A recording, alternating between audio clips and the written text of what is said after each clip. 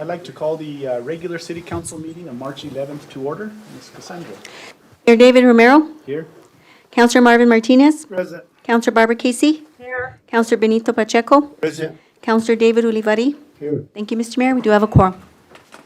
Mr. Lucas Marquez, will you lead us in the pledge? Pledge allegiance to the flag of the United States of America and to the republic for which it stands, one nation, under God, indivisible, with liberty and justice for all. Councilor Casey, a moment of silence.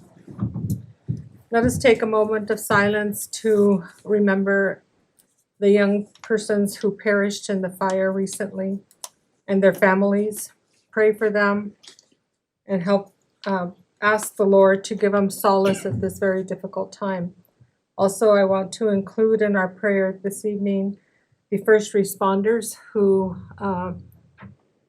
were the ones who I'm sure are still traumatized from having found young people who had perished in the fire. And so let us all pray for them, keep them in our prayers, and hope that we don't ever have anything like this happen again. Amen. Councilors, do you guys have anything to add to tonight's moment of silence?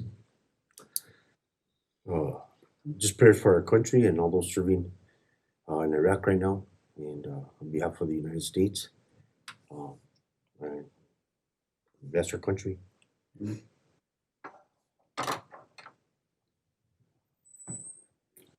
Thank you.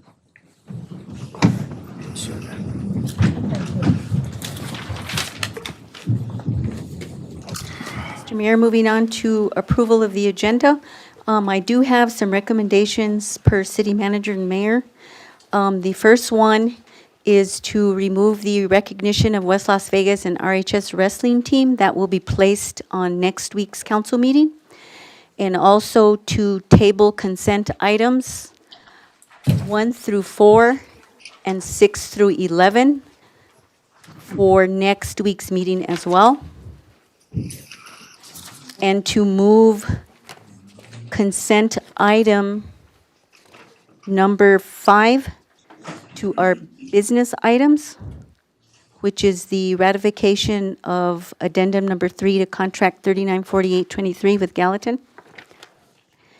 And our last recommendation is to remove business item number 1, the tree ordinance, and that will need to be republished as there was a revision, and that will be going to our regular meeting on April 8th for adoption. Just if I can, Mr. Marquez, can you kind of just, for the public, I don't know if we have anybody in the audience, but on that specific item, the reasoning as to why? Yes, sir.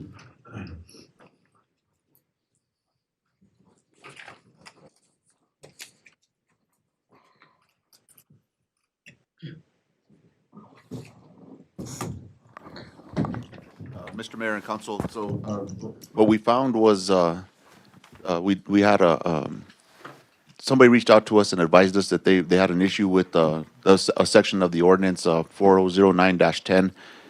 There was a area where it says that there would be possible citations up to $1,000. And, you know, after our city attorney looked at that, he reviewed it. That's not something that we can do through per state statute, even though we are a home rule state city. So we went ahead and made those revisions to be in compliance with our state statutes. And that's the only thing that there was there. Other than that, this is a good ordinance. Mr. Manager, with the recommended changes that you had recommended, just for the record, that any of these items that we're tabling till next week, none of them are, are necessary to be approved this week at all. I mean, could you elaborate on that? Thank you, Mayor and Council. Appreciate that and the opportunity to provide some additional information. So relative to the request we received from Council related to providing additional detailed information tied to contracts, we're revamping our process internally to provide some additional information upfront so that you're able to look through the documents and have an executive summary of not only the contract in front of you, but the background information provided. Councilor Pacheco in particular had asked for that, but other councilors have also asked for transparency and additional clarity that provides not only information to you, Mayor and Council, but the public as well. And so we feel that it was better to recommend tabling to provide some additional executive summary and background information.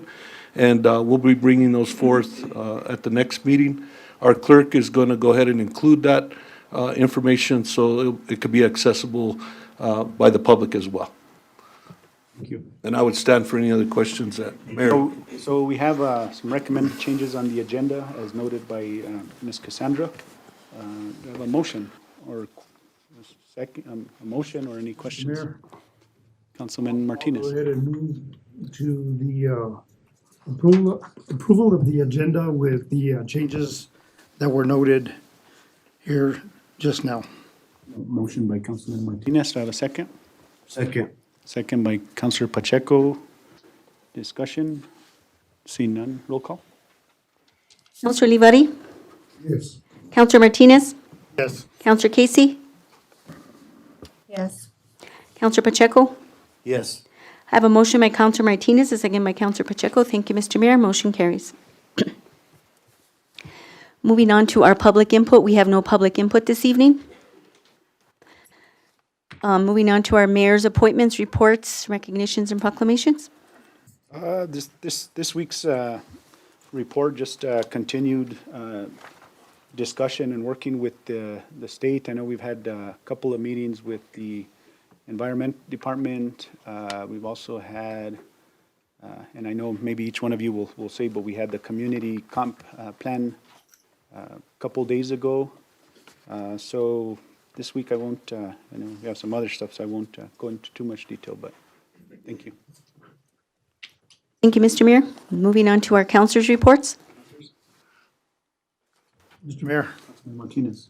just wanted to mention that myself and Councilor Casey attended the NMDOT meeting a couple of weeks ago.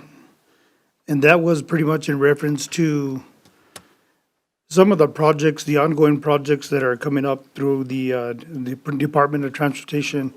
One of them being the project on the north side of our community, which is going to be from Columbia Street to just past City Hall. They did mention that. There was a lot of different discussion in that meeting. We had Chairman Adams there and, all the officials from State Highway Department along with the county Chairman Harold Garcia was there. So, good discussion. I think we're going to continue to have those meetings in reference to any support that we can get from the Highway Department or State Highway Department so that we can move forward on some of the items that are coming up. So, for myself, I think that was it. We did just have that meeting a few days ago for the comprehensive master plan. One of the other things I want to mention is that myself and Councilor Yulbari and Arnold, our Public Works Director, went out to King Street, looked at that project. It's in the works, and I think that's a street that needed to be completed for years. I mean, it's probably going back 40 years, but what I'm trying to get at is I'm hoping that we can continue to fund the balance of that street, which is about another, just roughly, I think the quote was probably roughly about 200,000. I'm hoping that we could complete the entire piece rather than just piece it out. So I just wanted to bring that to light. I think that would be a good thing to do. That's a street that needs a lot of attention and has been needing that attention for so many years. So anyway, that's all I have in my report. Thank you. Councilor Casey. Thank you, Mr. Mayor.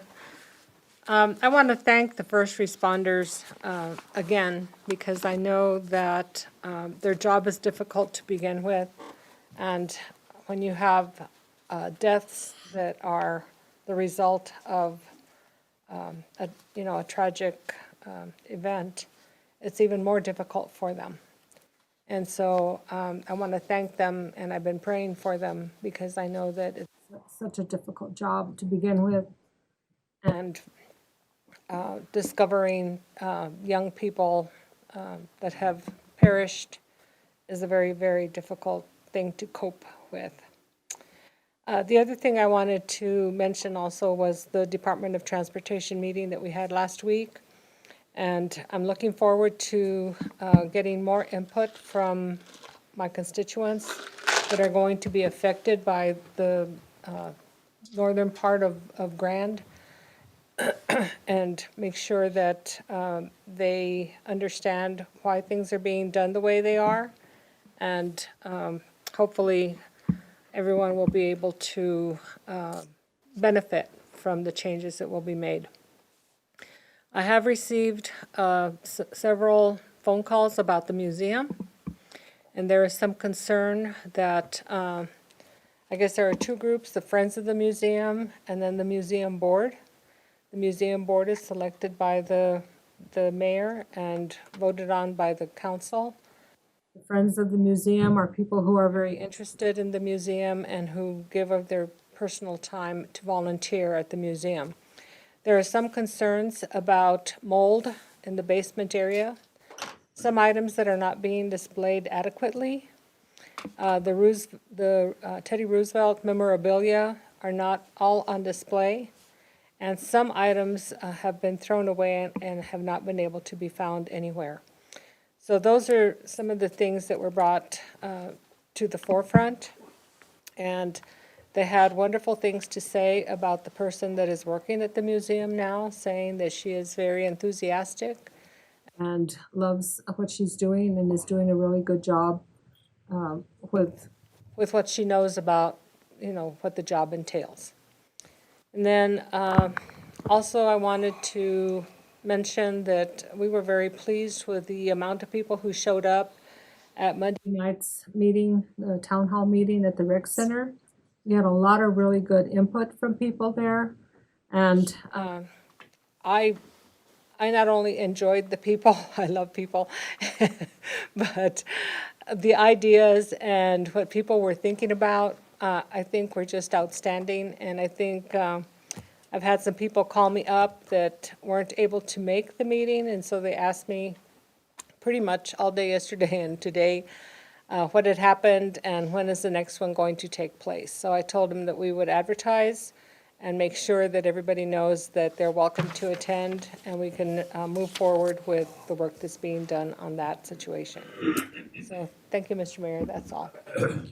Just to add to yours, Councilor Kaysen, Mr. Marcus, if you don't, their city manager, I know that we're going to do something online, right, to ask some of those same questions to get that input. Is that correct? Yes, that they mentioned that night that there would be an online, so that people can go ahead and be interactive with it as well, Mr. Mayor.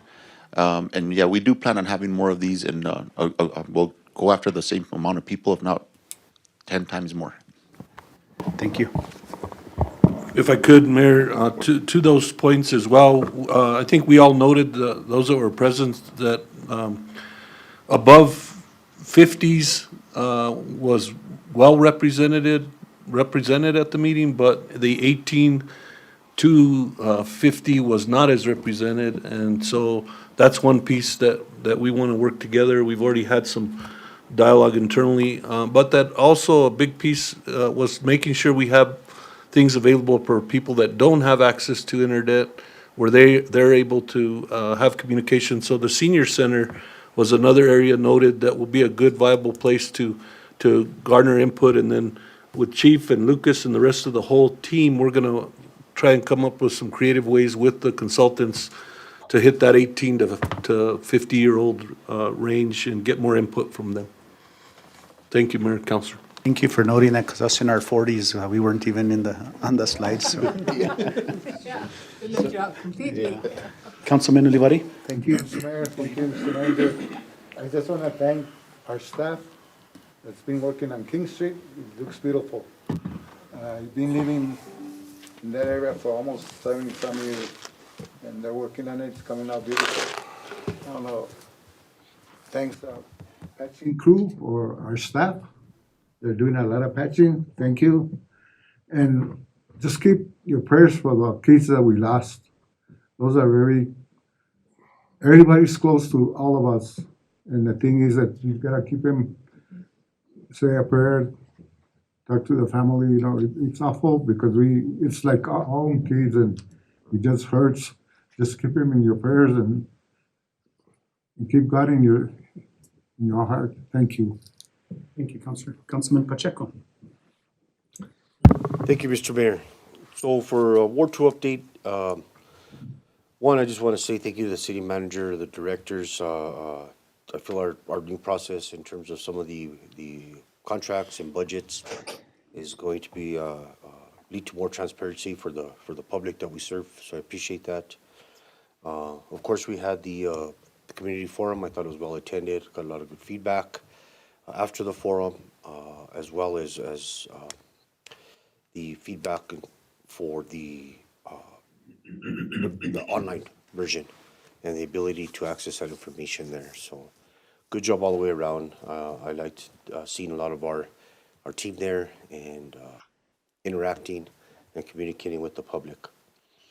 I think that master plan is the first step, or part of the step is to how we improve and how we create outcomes for the city of Las Vegas and what we want it to look like in the future. Part of my other plan, I did mention this last time, I still don't have them up and running, but I will have some social media platforms, get my cell phone number out there for the public.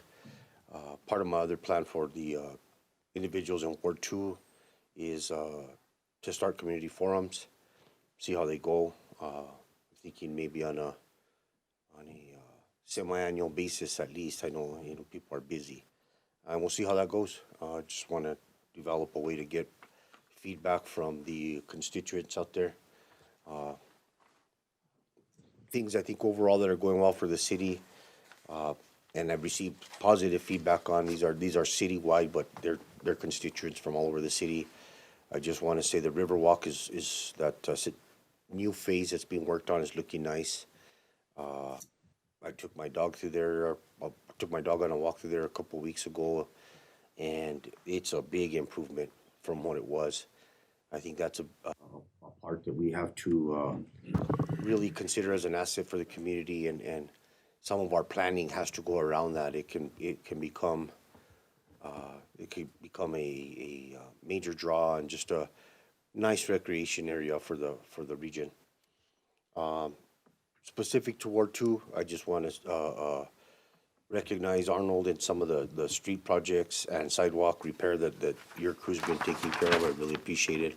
Had a lot of good feedback from individuals within Ward Two. In terms of the solid waste, I want to say that solid waste pickup is like clockwork these days, which I like. I'm not gonna have to worry about getting up at 6 to put my bin out or wait till later. It usually comes at a standard time, which either way was getting picked up. I appreciate that. But I also want to say, David, that and I mentioned this on the radio, but I come in through the last exit in town usually when I'm coming into Las Vegas, right into Ward Two, and it wasn't that long ago that you would look over and see our solid waste center, and there was just blowing debris everywhere. Things scattered throughout that huge property and that yard. And as you drive in today, that is an example of what pride and hard work will produce for a department. It's a great job, so thank you, sir. It's a nice sight when you're coming into town, and I've had some good feedback about that.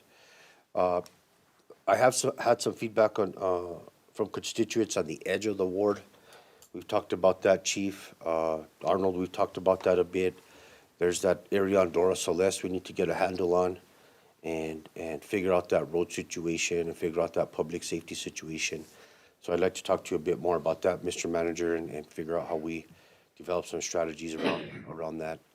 Those gray, well, for me, I know, for me, some of that's in the ward, I know, because people voted for me. So we just have to own it and serve it. And those that are in the gray area, we have to collaborate with county and state officials and make sure they're served as well, too. So that's all I have. Thank you. Thank you. Thank you. Ms. Cassandra? Thank you, Mr. Mayor. Moving on to our next item is our police chief's report. We have our police chief, Mr. Caleb Marcus. Mr. Mayor, as the chief's coming up, I did want to bring forward to mayor and council that I did have a conversation with our fire chief today, but regularly, but we're gonna bring into the rotation, you've also discussed this as well, having a report from the fire department as well. And so we're gonna bring in a report in April, I think we agreed, chief, and try and get on some kind of rotation to get updates from fire and to go along with what Chief Caleb provides. So I just want to note that on the record. I think to add to that, that's more of to discuss public safety, monthly, not just, just one aspect. So we also hear the good things that are happening at fire, so, thank you. Chief, good evening. Good evening, Mayor, Council, Mr. Manager, thank you. This is gonna be the police chief's report for the month of February. We're gonna start in our, wait for it to come up on the screen. We're gonna start in our field operations division, our patrol. We had 30 parking citations, 8 animal control, 3 burglary calls, 180 traffic citations. Non-traffic citations were 2, 32 arrests, 4 code enforcement citations assisted on, and also responded to 1,485 calls for service. Our dispatch and communication division, we had a total of 1,689 calls for service come in, 1,485 of police, 201 of fire department, 175 for AMR, 69 animal control calls, 105 city services calls, and 677 911 calls. Our animal care center, our beginning shelter count was 56 dogs, 22 cats for a total of 78. Our live intake was 40 dogs, 6 cats for a total of 46. We had 9 adoptions of dogs, 8 of cats for a total of 17. We had 19 dogs transferred out to other facilities, no cats. We returned 9 dogs and 5 cats to their owners. We had cats and dogs that were euthanized in shelter care. We had 4 dogs, no cats that were healthy. Unhealthy or untreatable was 1 cat, and lost or died in shelter care was 1 dog. Our ending shelter count was 54 dogs, 14 cats for a total of 68. We currently still have 8 dog houses, 8 kennels that are being used for court holds for 8 dogs. 2 cases were released from the court hold recently. Our records information division, they closed out 113 offense incident reports, 22 traffic accident reports, 224 citations, attended to 115 customers, scanned 262 documents, and completed 21 city IPRAs. They're also continuing with the indexing of 2018 to 2021 now. We're also our new employee training and our records maintenance management. Just real quick, I know on the IPRAs, have we seen a decrease in that, or is it continue to see an increase? We stay pretty steady, especially anytime that we have a big incident occur, something like that happened this weekend, we're gonna get a lot of IPRAs coming in for that. So you'll see that probably skyrocket within the next couple of reports. It's very time consuming, especially when it comes to the digital files and the redactions from our evidence tech. We continuing to have, attorneys just randomly picked to kind of look into cases even though they're not hired as attorneys yet, but are we still having that? I know statewide that's happening. I'm just wondering if we're getting that. Still do, and we're also getting a lot of out-of-state inquiries for IPRA requests, random cases, whether they're closed or still open or pending, but just pretty much on a daily basis, it seems like. So. Our street crimes division had 24 cases assigned to them, 65 self-initiated cases, 12 arrests, 12 search warrants, and closed out 20 cases.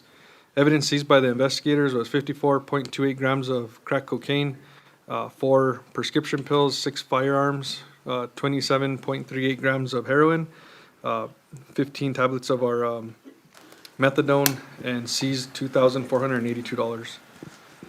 Our evidence checked in by our patrol division was 35 cases in, 155 items turned in. 6 items were released, not narcotics, releasable items to the public. Sorry, just clarifying. One of these days I'll put something in there to clarify the items. We had 3 firearms seized, 5.39 grams of methamphetamine, 75 fentanyl pills, 3 grams of crack cocaine, and completed 33 CD or DVDs for IPRA requests, and digital files were 138 that were redacted. Our detectives responded to 10 calls for service during the month of February, and executed narcotic search warrants at 911 Grant Street, which was one of our operations. So it was a joint operation with our San Miguel County Drug Task Force that we're working with the DA's office and Sheriff's Department on. This one was handled by our agents that were assisting on that one. And the operation, of course, involved multiple agencies. We had 5 informational travels for the month of February. Our office manager, Raylene Gonzalez, participated in online training for Law Enforcement Academy for Arcadis in bringing us into compliance. A huge thank you to her and David Latalo for working on those. February 10th, 2026, we traveled to myself and Deputy Chief Matias Apodaca to Santa Fe to attend the legislative session. On February 11th, myself and Matias Apodaca also attended a meeting for the DOT. It was our first meeting for the Grand Avenue concerns.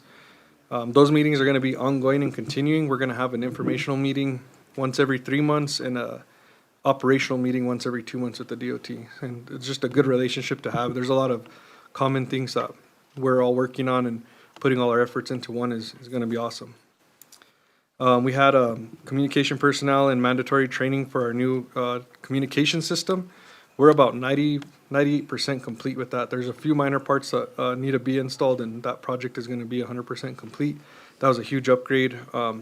We also worked on our repeater systems. Fire got a new repeater. We're seeing better improvements in our radios.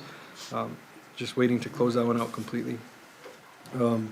2 investigators attended a live virtual training on background investigations. Officer King attended a roadside impairment raid ride training in Gallup. And we also I attended the New Mexico Finance Authority meeting with Mr. Anaya in Santa Fe on February 26th. Our recruitment's still ongoing. We have 4 police officer applicants. We're also testing on Friday, so if anybody wants to test within that time, call us, show up Friday morning. We'll be testing. We'll be at West Las Vegas High School at 9 a.m.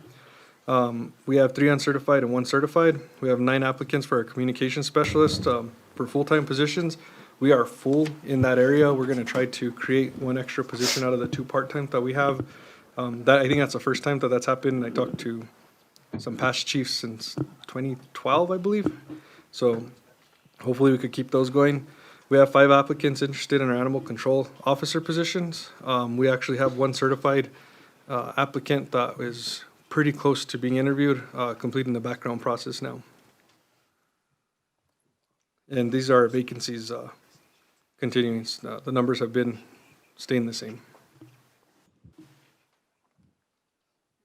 And that concludes my report for February.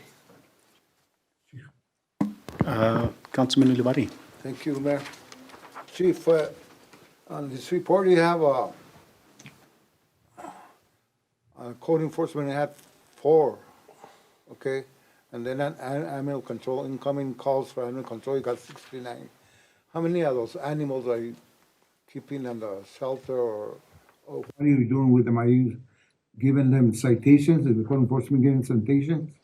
So those are 2 separate divisions. We file the citations for code enforcement.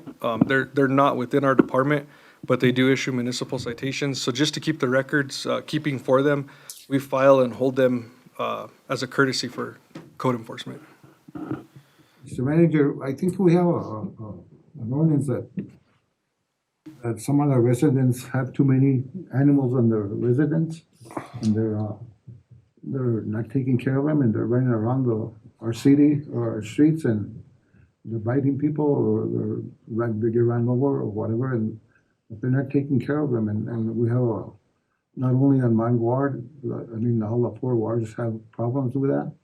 And just between 6 and 8, 9 o'clock in the morning, you can see the dogs running around all over the place, and I don't see too many personnel people taking care of that. I would like to see if you could do something about that, sir. Thank you. And we are running operations, especially because after 5 p.m., we tend to see a large amount of animals. People get home from work, they let them go. That's why the citations went up to 69, but we do only have 1 animal control officer at this time who's on call 24/7, 365. So we are working on that, and we're working on addressing that. I know one problem area that we hit was the 2000 block of Romero Street, I believe it was. And we came into finding good compliance within that area, especially with aggressive dogs that were having issues with the public there. Mr. Manager, I think the council needs to know what Wilson is doing every week, how many, whatever, they're working on dogs or working on one of their vehicles, whatever. You think we can give us a report on that monthly? Mayor, Counselor, we can, and actually, we've been working internally with code enforcement as well as the police department to have better comprehensive data sets that are easier to access data, to compile and provide you information. So we're happy to continue to build and provide additional information to mayor and council as well as the public. Thank you, sir. Something I could insist on, I could add it to my report. I don't oversee, code enforcement, but I could add it in just so, to help out on a monthly basis, if that's okay. The city manager. Mayor and councilors, we'll work together, community development, police department, to come up with a acceptable means to provide additional information. Just kind of thinking, Mr. Manager and Clerk, maybe what we could do in April is maybe get a presentation from Code, just kind of an update. Would that be sufficient time to put something together? We could do that. Mr. Mayor and City Council, yeah, definitely. I'll work with my staff to get something put together, and I'll take direction from City Manager to see if he wants us to be doing it on a monthly basis. However, we could get to you guys and let you see what code enforcement, how they're functioning, all the cases they're taking on. Mayor and council, what we can do is provide the data sets and then come back to mayor and council and give feedback as to which reports you want when, because I know one of the things that I've been asked to do is also not overload the meeting agenda. So I'll work with mayor and council for guidance on which reports when, but we can put them on a rotation so that it's more regular in nature, and work with mayor and council on the timelines. Councilor Pacheco. Thank you, Mr. Mayor. Thank you, Chief Marquez. I just had a question on the, I have the same concern as Councilor Livari. The field operations portion and what does that entail? Because I see the 4 for code enforcement are those 4 citations?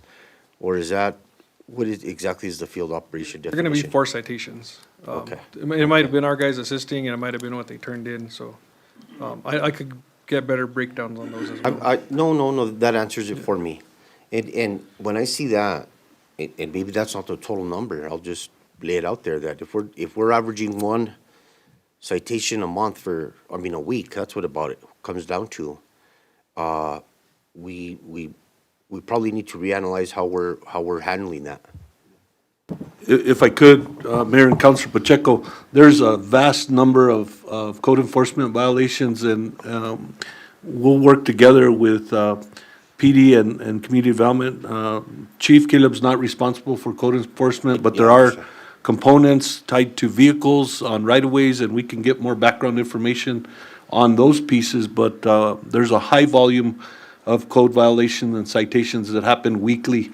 And it's one of the highest volume of calls and concerns and issues that we deal with on a regular basis at the city. So just to clarify, Mr. Manager, so that's the highest number of calls that we receive, but the number of citations is 4.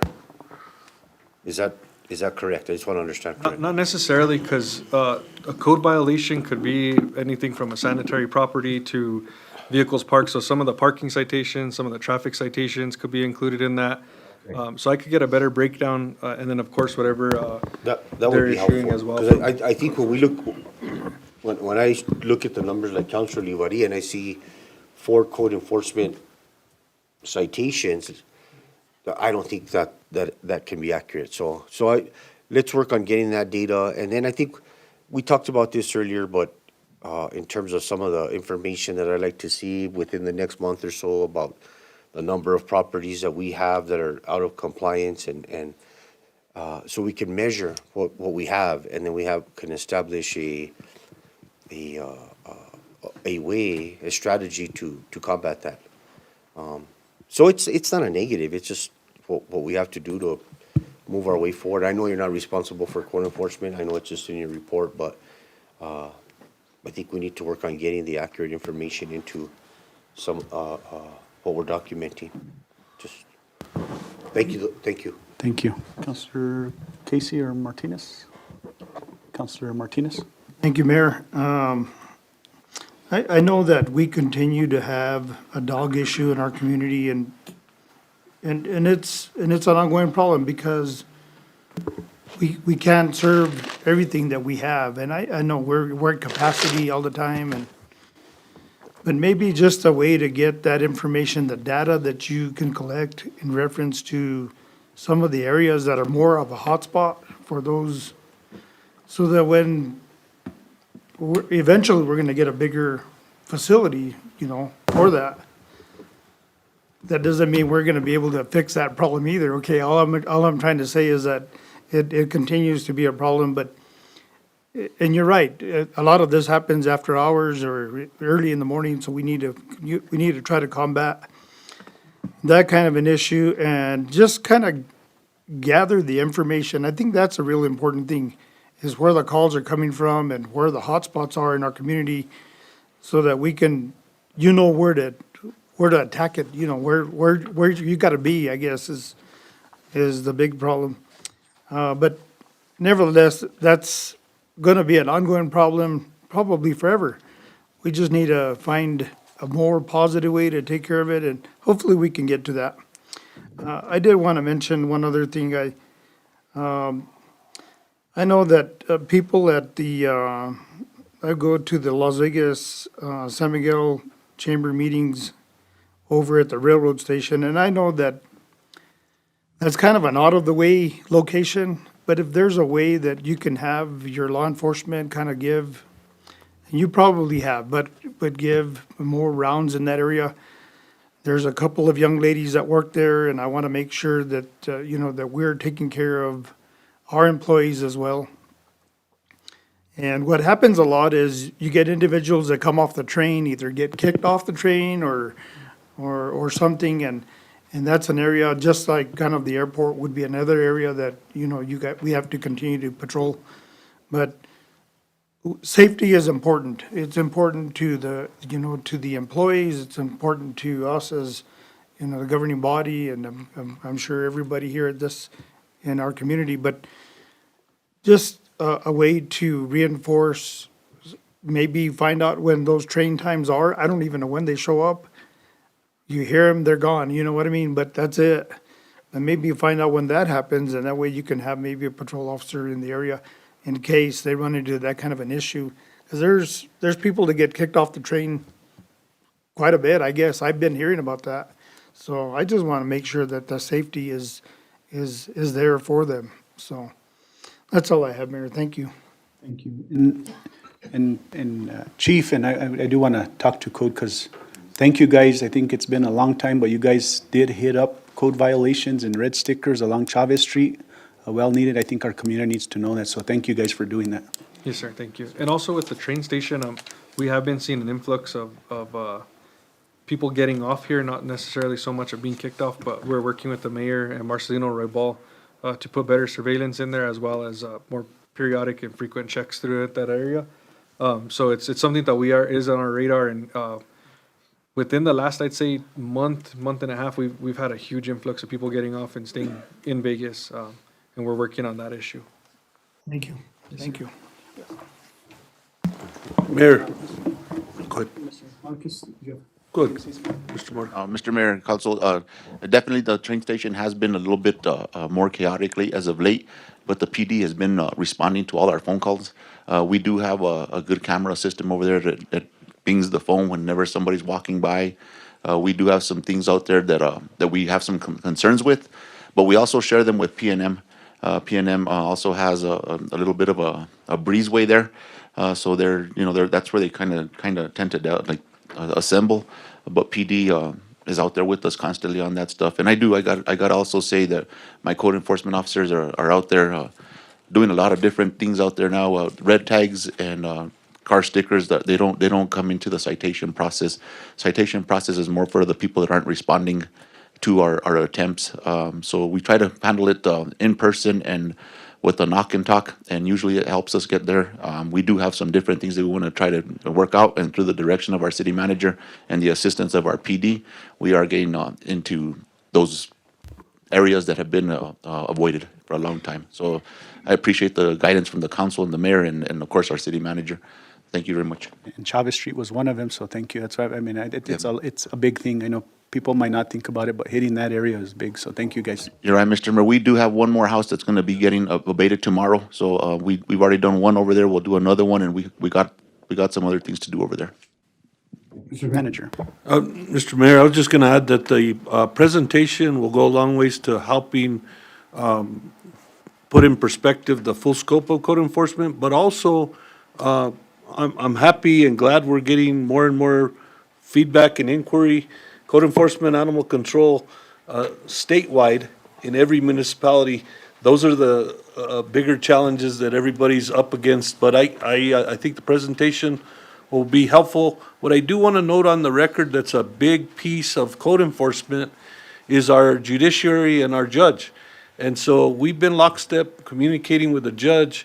Lucas has been rolling up his sleeves with legal and other staff to be bringing some other recommendations back that are gonna put a little more teeth in our ordinance associated with what we do in way of fines, because a lot of times the fines don't match the fault, if you will, right? And so, thank you for the feedback. We'll continue to bring additional data and information and look forward to improving and enhancing our system together. There's one last thing, just to talk about was the Animal Care Center, of course. We are pretty far into that project. We got the floor plans last Friday. We had a meeting also and went over them. There was minor corrections that need to be made, but hopefully, I wanted to try to get Ms. B on the agenda to the presentation of where we're at with it for next meeting, but unfortunately, time-wise, we weren't able to, so hopefully, moving forward in the next month, we'll be able to come forward with the presentation to the public and see some floor plans going and hopefully a groundbreaking here pretty soon, at least somewhat of the groundwork starting, so. Ms. Cassandra. Mr. Mayor, moving on to our next item, approval of minutes for February 11th and February 18th, 2026. Councilor Casey. Thank you, Mr. Mayor. I always read the minutes very carefully, and before I make my motion to approve, I want to let everybody know that the women that work in the city clerk's office who listen to the tapes do a fabulous job of recording the minutes and typing them up for us. I had to do this when I was working with an attorney, and it was the biggest nightmare of my entire life. It is a very difficult thing to do. It's hard to listen to a tape and to really understand what's being said, because when people speak at a public meeting, they have a tendency to hurry their speech, and sometimes they don't complete a word or they mispronounce a word.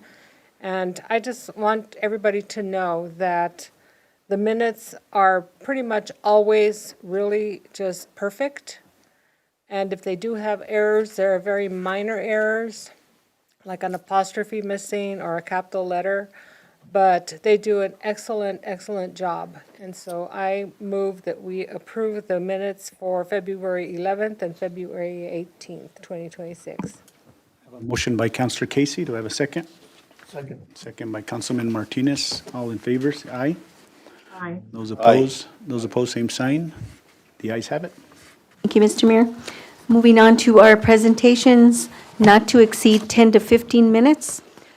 Our first presentation is by Jody Powers with North Central Project Manager with Alliance for Local Economic Prosperity. She's speaking on the Las Vegas Regional Community Wealth Building Coalition and sharing their community survey and wealth reports. Chief, if you don't mind putting the timer, and also just for the record that, these are presentations only. There'll be no discussion back and forth, just presentation on what your group does. Thank you. Welcome. Thank you, everybody. Thank you, Mayor Romero and City Council members for this opportunity to speak with you tonight. My name is Jody Powers. This is Josette Ulabati, and this is David Rogers, and we're with the Las Vegas Regional Las Vegas Regional Community Wealth Building Coalition. I don't know if this goes up on your screen. Okay, there we go. We're here tonight to talk about community wealth building and the work that the Community Wealth Building Coalition is doing. The point of community wealth building is to build community resilience and to diversify economies so that your community can be resilient. We're interested in fostering economic stability and growth through asset building and wealth creation initiatives.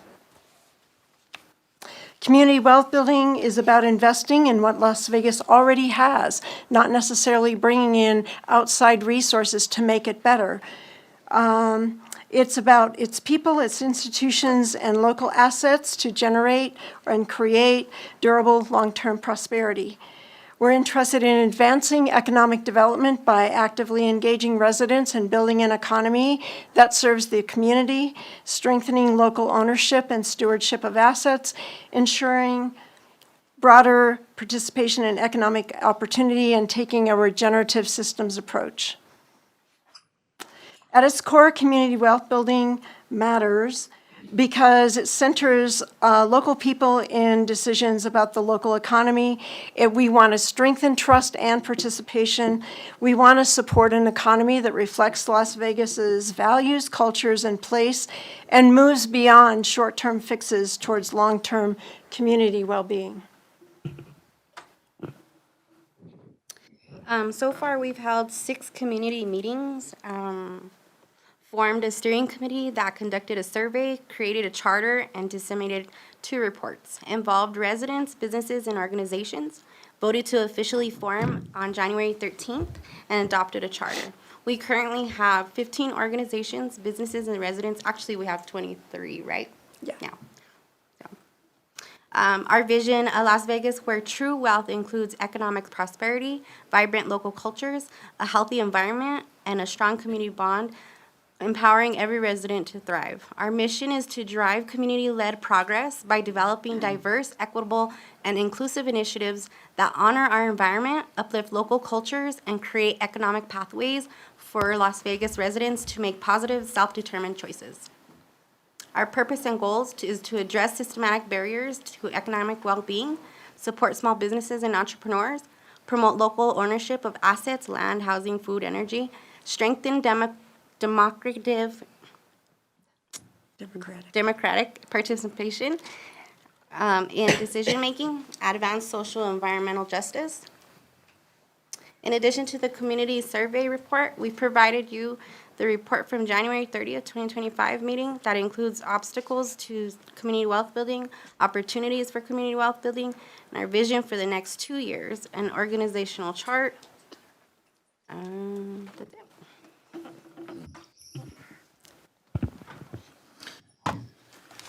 Mayor, councilors, thank you for this time. I'm going to take you on a quick walk through the survey that we conducted last August at the People's Fair.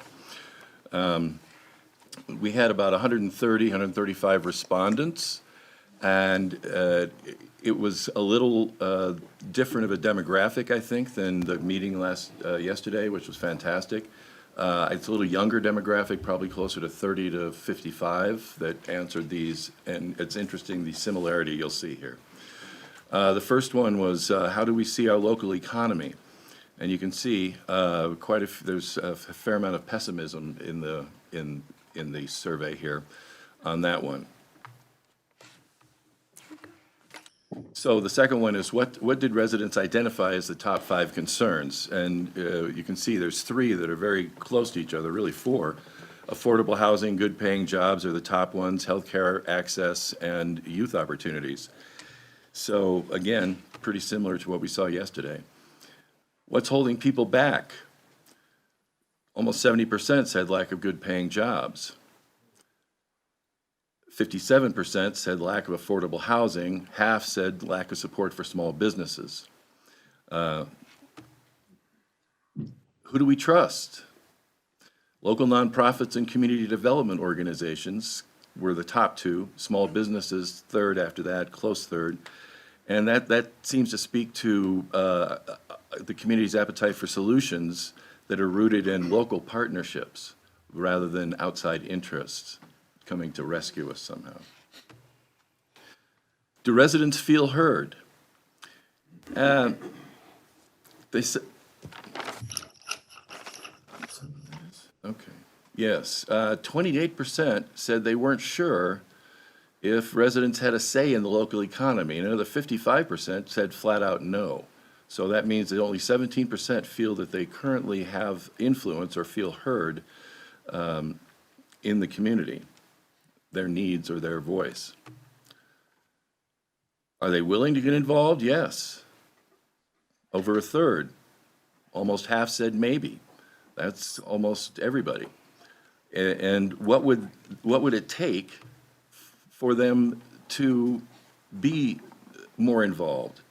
It will take more information, education, knowing that their voice will be heard, and finding an opportunity that matches their skills and interests as volunteers or workers.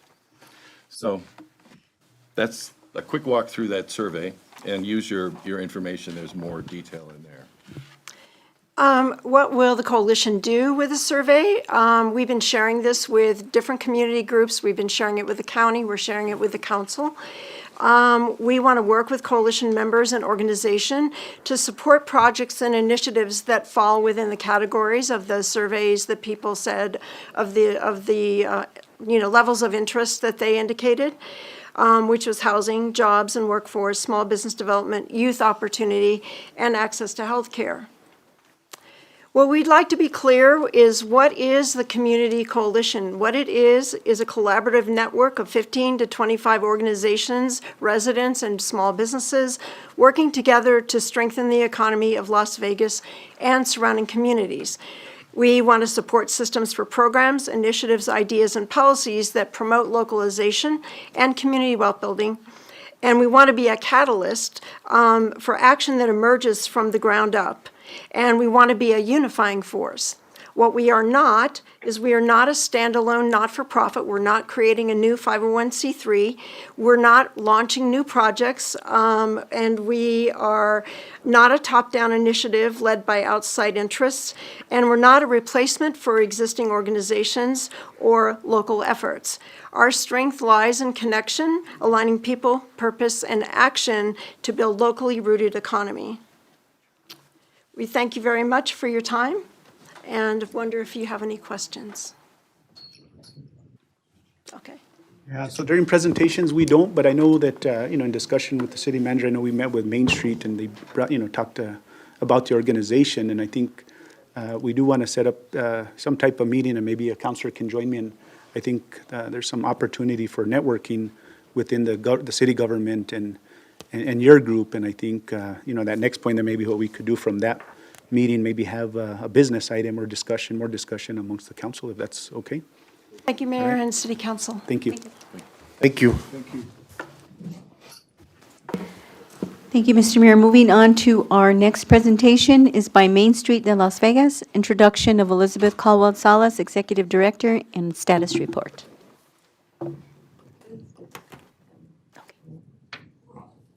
Welcome. Thank you. Do you have the presentation?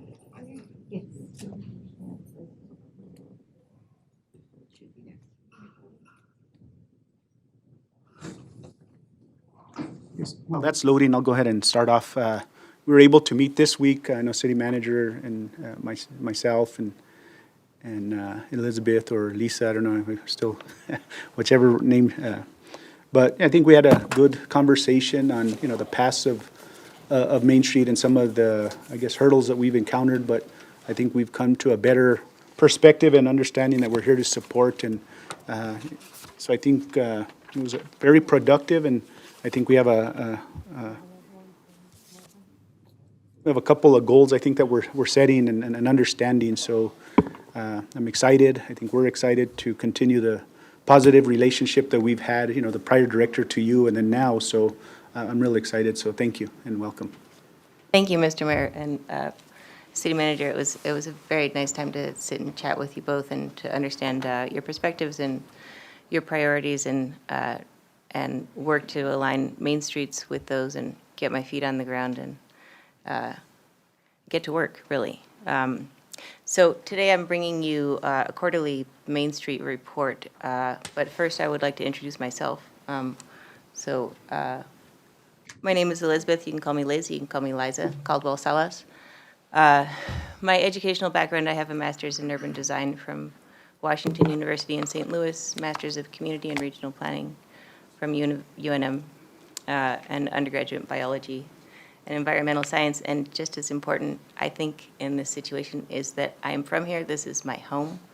I love Vegas, and I'm really glad to be home. I spent 30 years away, and I'm just ecstatic to be home, and I'm really excited to be back and get to work. A little bit about my history. In my schooling, I did design work in, design studios from Santa Fe to Shanghai, Tokyo.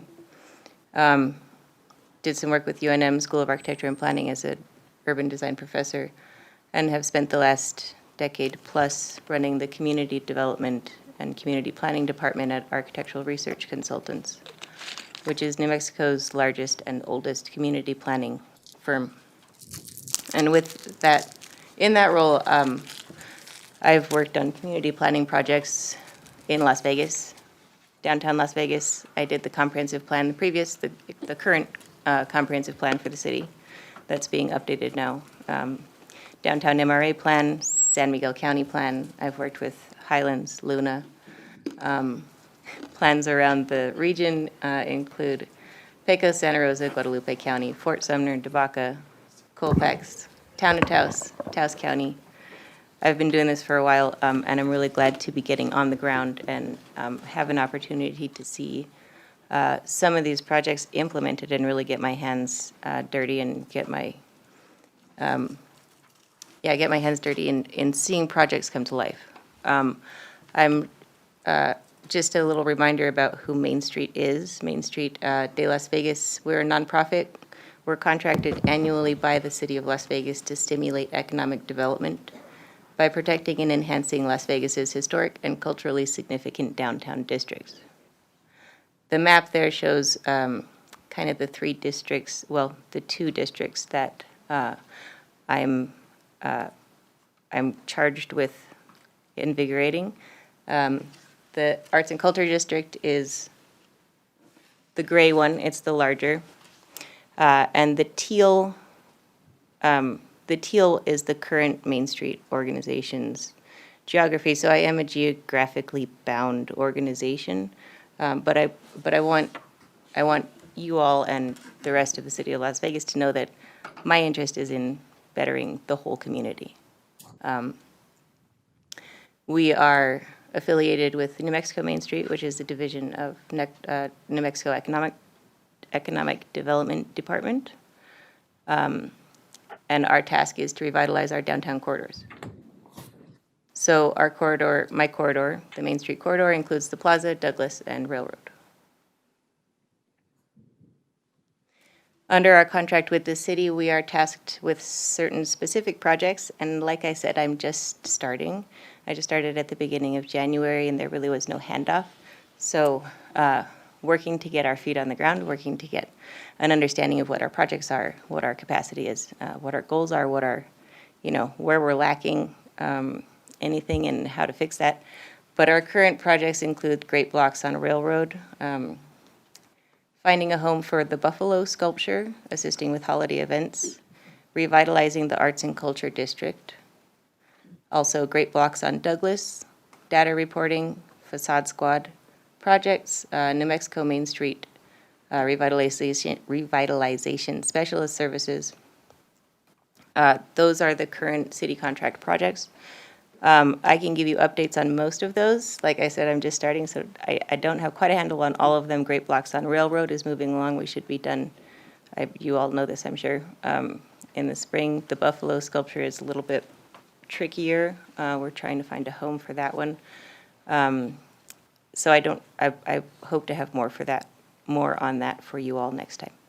holiday events, we are here to help revitalize the ACD. We're happy to announce that we have received a $100,000 Arts and Culture District grant from the state.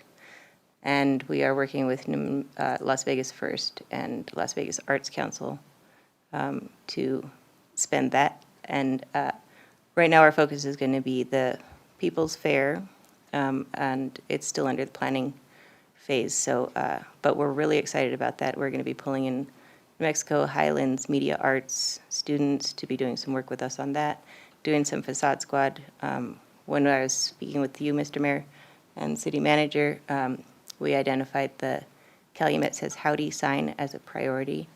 And I'm hoping to utilize some of the grant money to get that fixed, because that's important, not only to the mayor and the city, but to Main Street and to everybody that I've talked to, really. I mean, we care about that a lot. So we're going to be working on that. We're also hosting in our railroad district this spring. We're hosting the University of New Mexico School of Architecture and Planning DPAC Studio. They had a design charrette last Saturday at Charlie's that was very successful. We are helping with the Route 66 Centennial. We're working on capital outlay projects. We're working to work with the comp plan consultants on the update, and developing lots of other small projects. And that's all I have to report today, but I'm happy to answer any questions that you may have. So council, I just wanted to kind of update, and I know in the past as presentations or quarterly reports were given, I know it had been a while that we had received one, but, we just asked, that the presentation be based off of our MOU with Main Street de Las Vegas, because I know we would go into, the history of what happened 7 years ago, but I think, in our reporting and our financial interest in the MOU would be, what have you done according to our MOU? And I think there's an understanding on that, so we're more focused instead of being all over, we're focused on that specific, and here to support, I think, I could say this on behalf of the governing body, to support whatever Main Street does, right? But the big part is that MOU that we have that we have with you guys, that is the important part, that we stay in audit compliance. So I think that was a big part of the meeting. And again, thank you for, coming on board. With your expertise, I know things are going to go well. So thank you. Thank you, Mr. Mayor. I'm very excited to be working here. Presentation only, but go ahead. Go ahead. No, that's fine. Go ahead. Are you sure? Thank you. You are so welcome, Mr. Luetti. Anyway, I was gonna talk about my memorial, our memorial around town. I think what the biggest part needs to get it finished. They finished it. Councilor Ulavati, I'm happy to report, sir, that it is done. The mural is finished. We were able to complete that just a couple days after I spoke to you about it. I'd like to thank Tasha Martinez, my president. She was able to pull that together on real short notice. In our Public Works Department, Jeff was able to get scaffolding out there like at zero notice at 9 in the morning, and we're very grateful. And I'm happy to say, sir, that mural is finally done. Thank you, ma'am. Thank you, sir. Thank you. Thank you. Thank you, ma'am. And just a quick update, Councilor Pacheco. So there was a MOU in one of the deliverables was murals in every ward. I know it took a couple contracts to get them, but the final one was in Ward 4. The one at Ward 2 was at the firehouse, the fire station.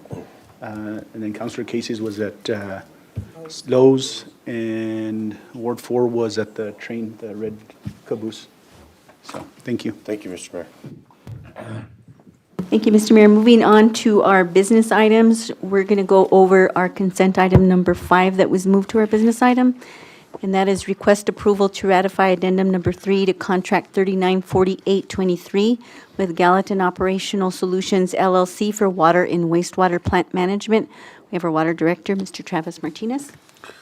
Manager, Mr. Martinez. Mr. Mayor, our clerk, first and foremost, I want to thank the clerk for being nimble to adjust to changes that occur in the interest of information and transparency. She's been helpful with her team to help us. But what you're being handed right now is a step in the direction of additional information, additional transparency and additional background as we bring forth contracts and agreements. The other thing, I'm going to ask Mr. Martinez to go through it, through the memo, but I'm also going to just highlight that the city of Las Vegas, and it's a credit to the mayor and the full council and the work that's been done over several years, we're under clean audits. I think that's a really important part to note for everybody. But there's always room for more information. There's always room for more transparency and a higher level of excellence, coining or utilizing the phrase that Councilor Casey has used in the past. But that is what the information in front of you is part of, and you will continue to see on a regular basis. So, Mr. Martinez, the floor is yours.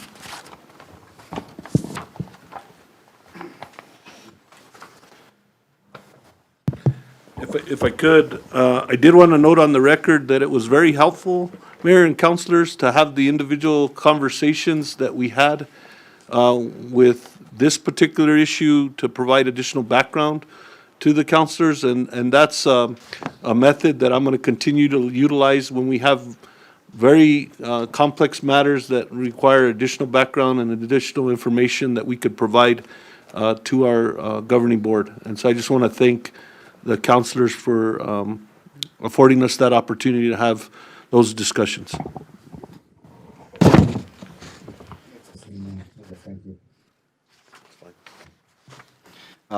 Mayor, Council, this item requests approval of addendum number 3, contract 394823 with Gallatin Operational Solutions for continued water, wastewater treatment, and plant management service.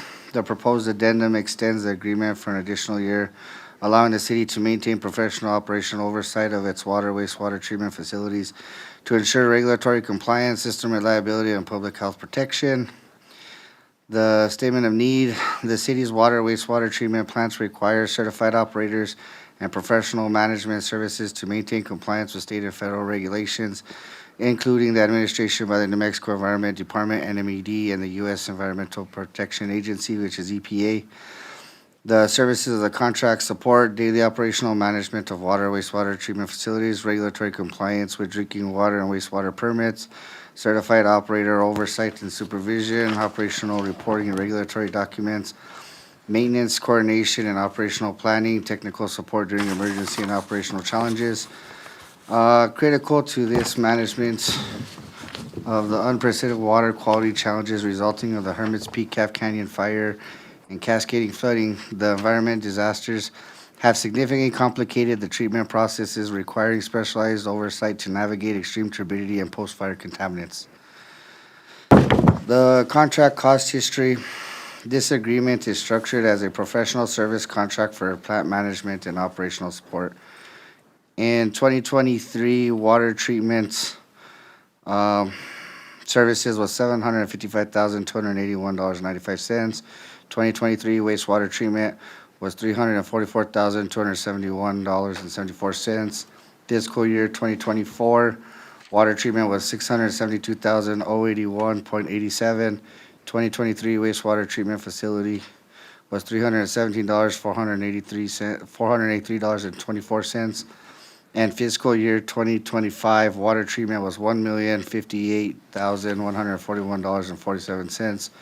And, sorry about that. And in 2025, wastewater treatment was $286,989.25. I want to note the cost of the escalation of this contract due to current expenditure levels to reflect the elevated operational demands placed on the system following the 2022 wildfire and subsequent flooding. These environmental stressors required excessive man-hours and specialized technical interventions to maintain plant stability and meet stringent state and federal water quality mandates. Detailed expenditures are included in Exhibit A. Funding sources and provided through the Utilities Department operating budgets approved through the city's annual budget processes. The strengths of this contract are experienced firms specializing in water, wastewater operations, provide certified operational expertise required for regulatory compliance, familiarity with the city treatment and facilities and post-fire infrastructure challenges. It supports continuity of operations and complex regulatory reporting requirements. Some considerations to take into account are the environmental impacts. The treatment processes remains highly sensitive to runoff from burn scar, necessitating higher than average management hours, man-hours. Regulatory risk, maintaining operational continuity is critical. Failure to provide certified oversight would lead to immediate NMED/EPA violations, and also market availability. There are limited numbers of qualified firms providing these specialized management services regionally.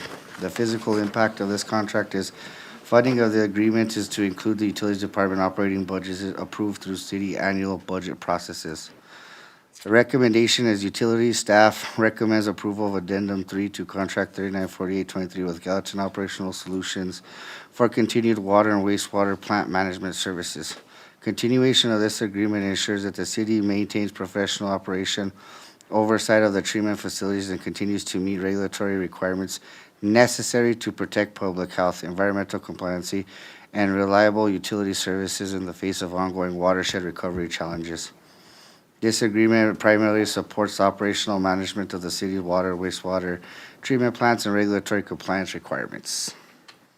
I stand for any questions. Mayor, council, I also wanted to add on those increased costs associated with impacts from the fire. We're breaking out those costs to be able to pursue funding from public assistance through FEMA as well to offset those expenditures that we made. So I just want to note that on the record. And I wanted to highlight the work of all staff on all departments, and note that our finance director assisted in the development of this summary as well. Thank you. Councilors, any questions? Councilman Martinez. Just to understand the document a little better, I was looking at, of course, the wastewater in year 2025, how that dropped, I guess, and I don't understand part of it, of course, but maybe you could kind of explain, how those numbers. So the wastewater part did drop significantly. That's because we did bring on a level 4 and more staff through city. So Gallatin has been able to pull back a little bit. They still help us with testing. Okay, And they still help us, of course, with technical services. okay.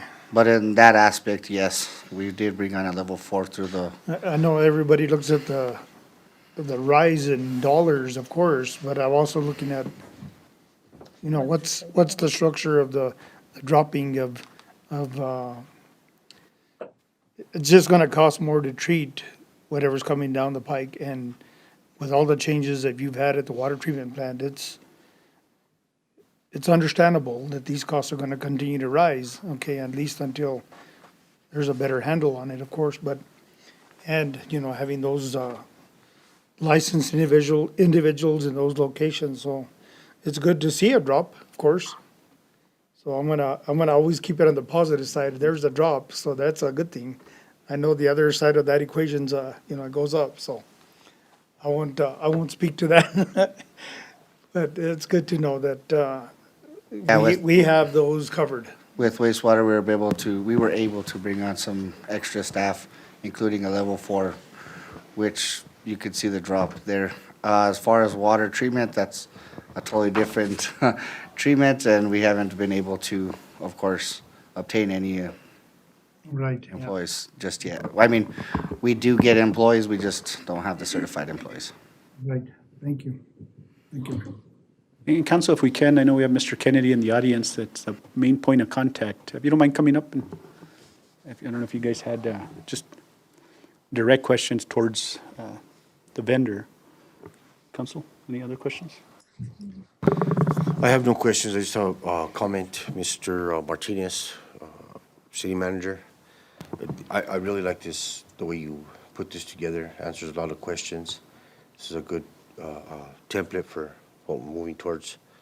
I think these are in the packet, and we look at them before, there probably won't be many questions. Mr. Madrid, thank you for your expertise in helping put this together.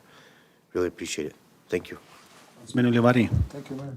Thank you, Travis. That's a good history on the higher items that you brought up. We're always thinking about water. You're working on it. Thank you. I had one question, I guess that's probably why I called Mr. Kennedy up, but, I think things have gotten better, but I just want to, I know the big cost that we see here, in the 2025 was the emergency we dealt basically a year long. And that was, and I know this is going to be, the question that I have moving forward is, I know there was some issues, we only had one level 4, that individual that we have, needed time off too, right? I mean, he had been working, I don't know how many days consistently.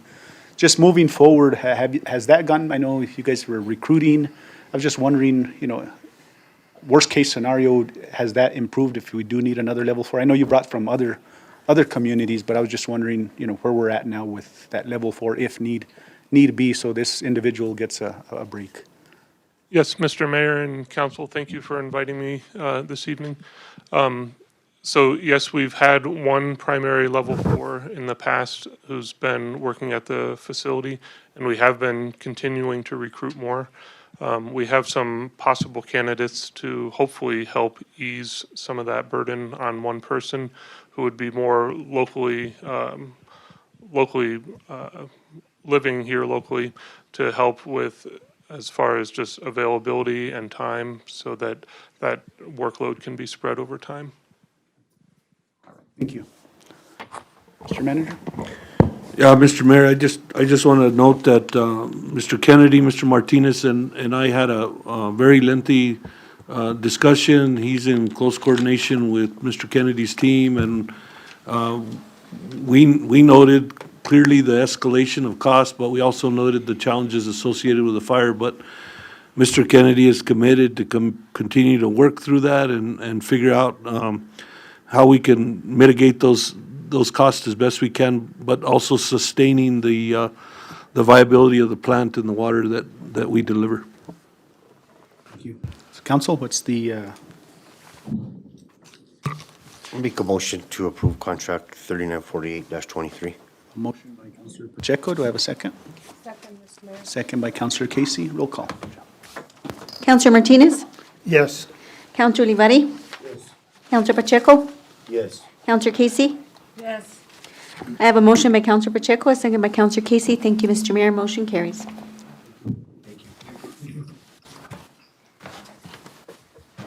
Moving on to our next business item, which is business item number 2. Request approval of agreement between the City of Las Vegas and Novo Global for traffic infraction detection and enforcement. We have our police chief, Mr. Caleb Marcus. And Commander. Good evening again. Thank you again. So we are coming to seek approval to enter into a contract with Novo Global for speed monitoring at this time. I know in the contract it is built in. We also have Heidi from Novo Global that is here to answer questions virtually for us as well. This has been something that's been a long time in the works, that we finally got an agreement that we could move forward on. But this system has helped monitor speed enforcement and red light violations. Currently, we don't have the ordinance for red light, but it's already built into the contract if we want to move forward on anything in the future. And other violations, according to our city ordinances, the system will assist with traffic detection and enforcement, which will reduce traffic collisions, injuries, and fatalities. The dangerous behaviors of speeding and red light running in the automated system will improve community safety and address high traffic areas. There is a cost, depending on what we agreed to, from $0 to $3,500 a month. The total cost of the contract, if we on the high end, would be $42,000. The strength of this would be monitoring safety of the roadways, reduce speeding and red light violations, and aid criminal investigations. The weaknesses is there is a cost to it, and penalize of low-income individuals. But we are seeking recommendation for approval for these camera systems, and we'll stand for any questions. Thank you, Chief. And just kind of go a history, I know we passed the ordinance maybe 3 years ago, somewhere around there. I believe so. And I know we ordered trailers, but when they were ordered at the time, proper, cameras, et cetera, weren't ordered. It was more of a data collecting, I guess, instead of this type of system as was requested at the time.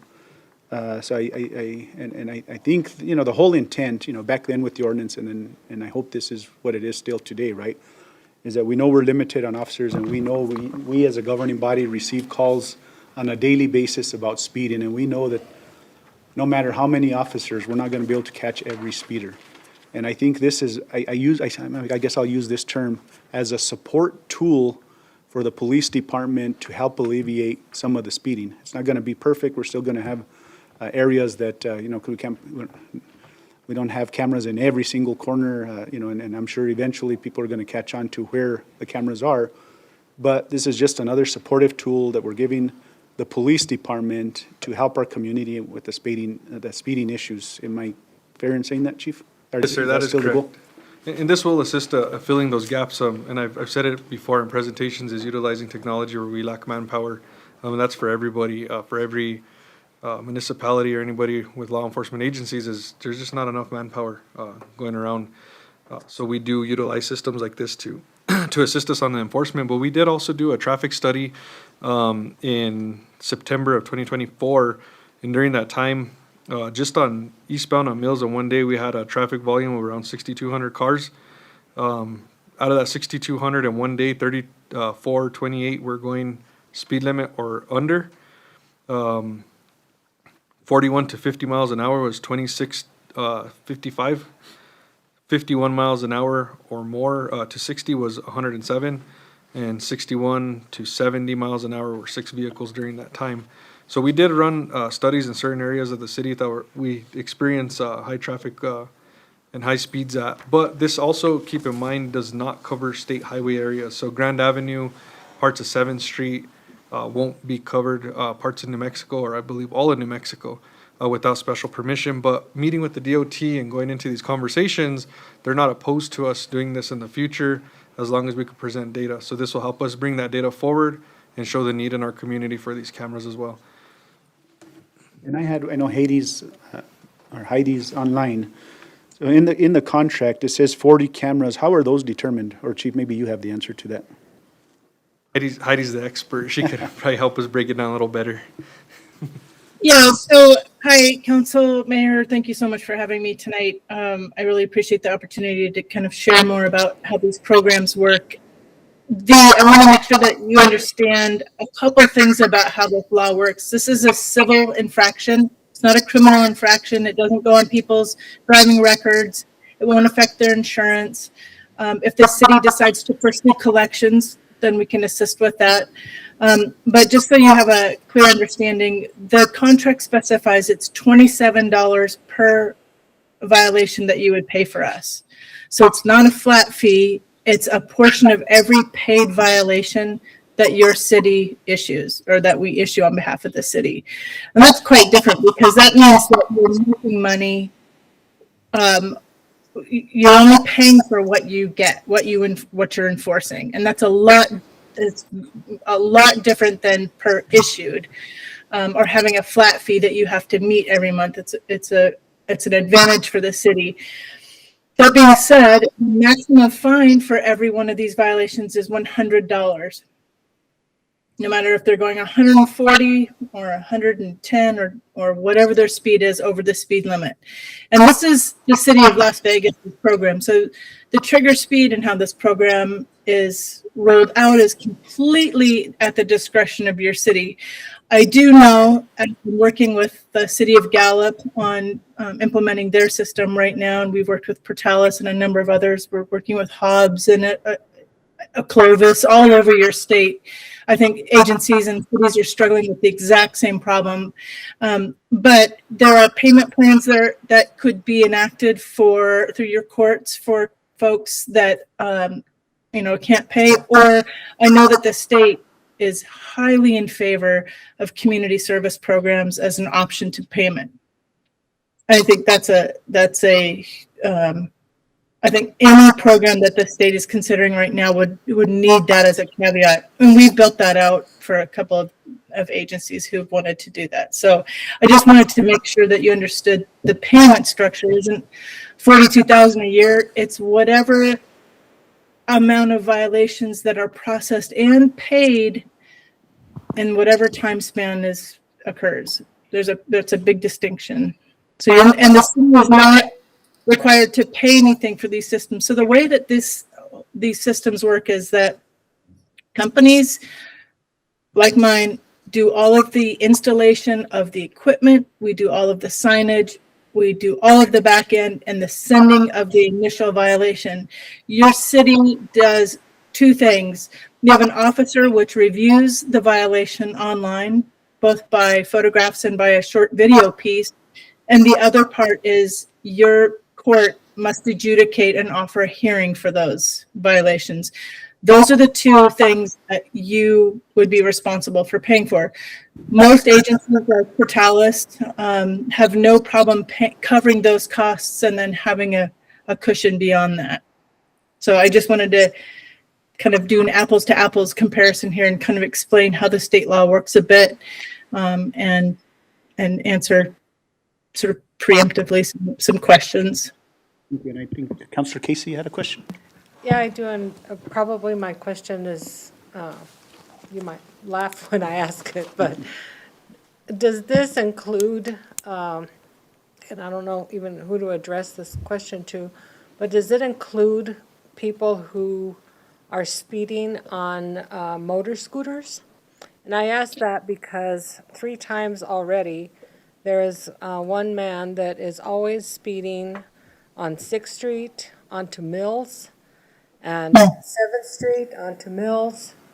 And he's a danger because he stays in the lane, and other people want to drive faster than what he's going, but he's going pretty fast anyway. So it's fun. And I'm just asking. So I'll tell you that the system is capable of handling and capturing motorcycle license plates, you know, and depending on what the parameters are for your city. So if you had problems with other types of wheeled vehicles or vessels on the roadways that are a safety problem, especially they're probably not illuminated at night. And so what we could do is work with the police department to have a set aside on those, and maybe identify the individual and go and have a conversation with that person. I just, Without a license plate, that's generally how we would contact that registered owner 9 times out of 10. but it has been a concern for me because once, you know, you think, well, that's just a one-time thing, but it's not a one-time thing, it's almost a daily thing. And I'm concerned not only for the person's safety, but for drivers that are in vehicles that are much larger than that scooter. And I wouldn't want anybody to, you know, want to get past the scooter, drive around it, and maybe accidentally hit it and create an even larger problem than the person on the scooter is creating already. Thank you very much. Councilman Martinez. Mr. Mayor, yep, thank you. Kind of one of the questions that I want to go back to that the mayor mentioned was the 40, up to 40 cameras. And I know that wasn't answered, but I just wanted to kind of get some information in reference to that. How do we determine all that? So the way that you can utilize a contract without going out to RFP is to use a competed contract with like or better terms. So this is a contract with a favorable price per violation, which was $27 per violation, that is used by Portalis. The 40 systems, that is a completely arbitrary number that was used in the first initial contract. Your city right now, I believe, is considering 2 locations. The number of systems, it doesn't obligate you to any number of systems. In fact, I've had a contract with the city of Española right now for probably 9 months, but there's been some turmoil and some trouble there. So the contract just sits until they're ready to move forward. It doesn't obligate you to any specific number of systems at all. So the equipment, based on that information, the equipment is at no cost to the city? No cost.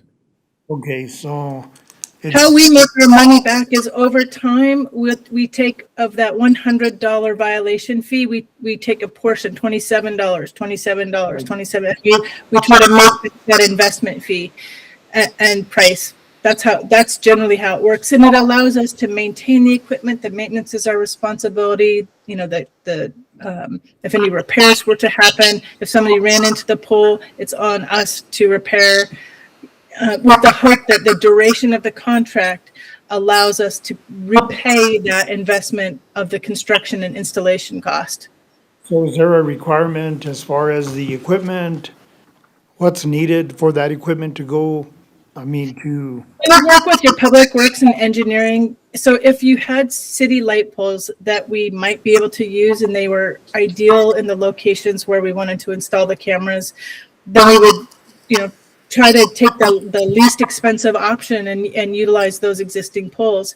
If those poles were owned by an entity that refused to allow anyone to put anything on their poles whatsoever, then we just put in like a Pelco breakaway based pole, and we mount our own systems. We work with permitting and engineers, and we connect to power that way. If there's absolutely no power at that location, then sometimes we've done solar. okay. Well, and my big thing about the cameras, about any of the cameras and equipment would be, any accident resulting in death, of course, that's a big thing for our community, I think, and moving forward. And I know a lot of questions have been brought up, but how do these cameras work with, one of the things that's come up a lot is UTVs, ATVs, all of that stuff. Is there something that the city of Las Vegas might have to adopt to control that, or I don't know how that works, so. What we would do is if that became a significant issue with your city and your police department wanted to seek, ways of trying to address, profound use of ATVs that are not suitable for a road, they're not roadworthy, then we would try to work out a program with them to try to capture, photos and times of day and help them try to identify who these people are. Without a license plate, the camera takes 2 pictures within a section of the roadway and takes a short video of that speed. So one of the advantages to the video is that we've often found in the state of New Mexico that guys like to race. You have wide open roadways, beautiful weather, and they open it up. I've never seen speeds like I have in New Mexico, 145 miles an hour. Just amazing speeds. So, when you have a video, then you can see that that's part of a racing culture. It doesn't change the fine amount, but it's good information for the police department to maybe do some operations or, to try to identify these vehicles involved in profoundly dangerous illegal street racing behaviors. But as far as ATVs and scooters and things, that's really a tough, it's a tough thing to try to enforce, but we could work on it and see just how many times that happens, what the impact to the roadway is, and work with the police department on trying to identify where these are coming from and who they belong to. Okay, thank you. Thank you. But did I answer your question about the 40 cameras? Yes. Yes, that's good. Thank you. Yeah, yes, sir. Councilman Pacheco. Thank you, Mayor. One, I think the UTV issue, I think some of them are street legal, so they have the plate, so they theoretically get caught, I think, right? Yes, sir. So our current ordinance follows state statute. As long as they're not on a public highway, they're allowed to be on the city street. And as long as they're street legal, using hand signals or whatever they got to do to make their turns and stuff. Just making sure I wasn't out there driving illegally. Yeah. Okay, we're good. Thank you, Chief.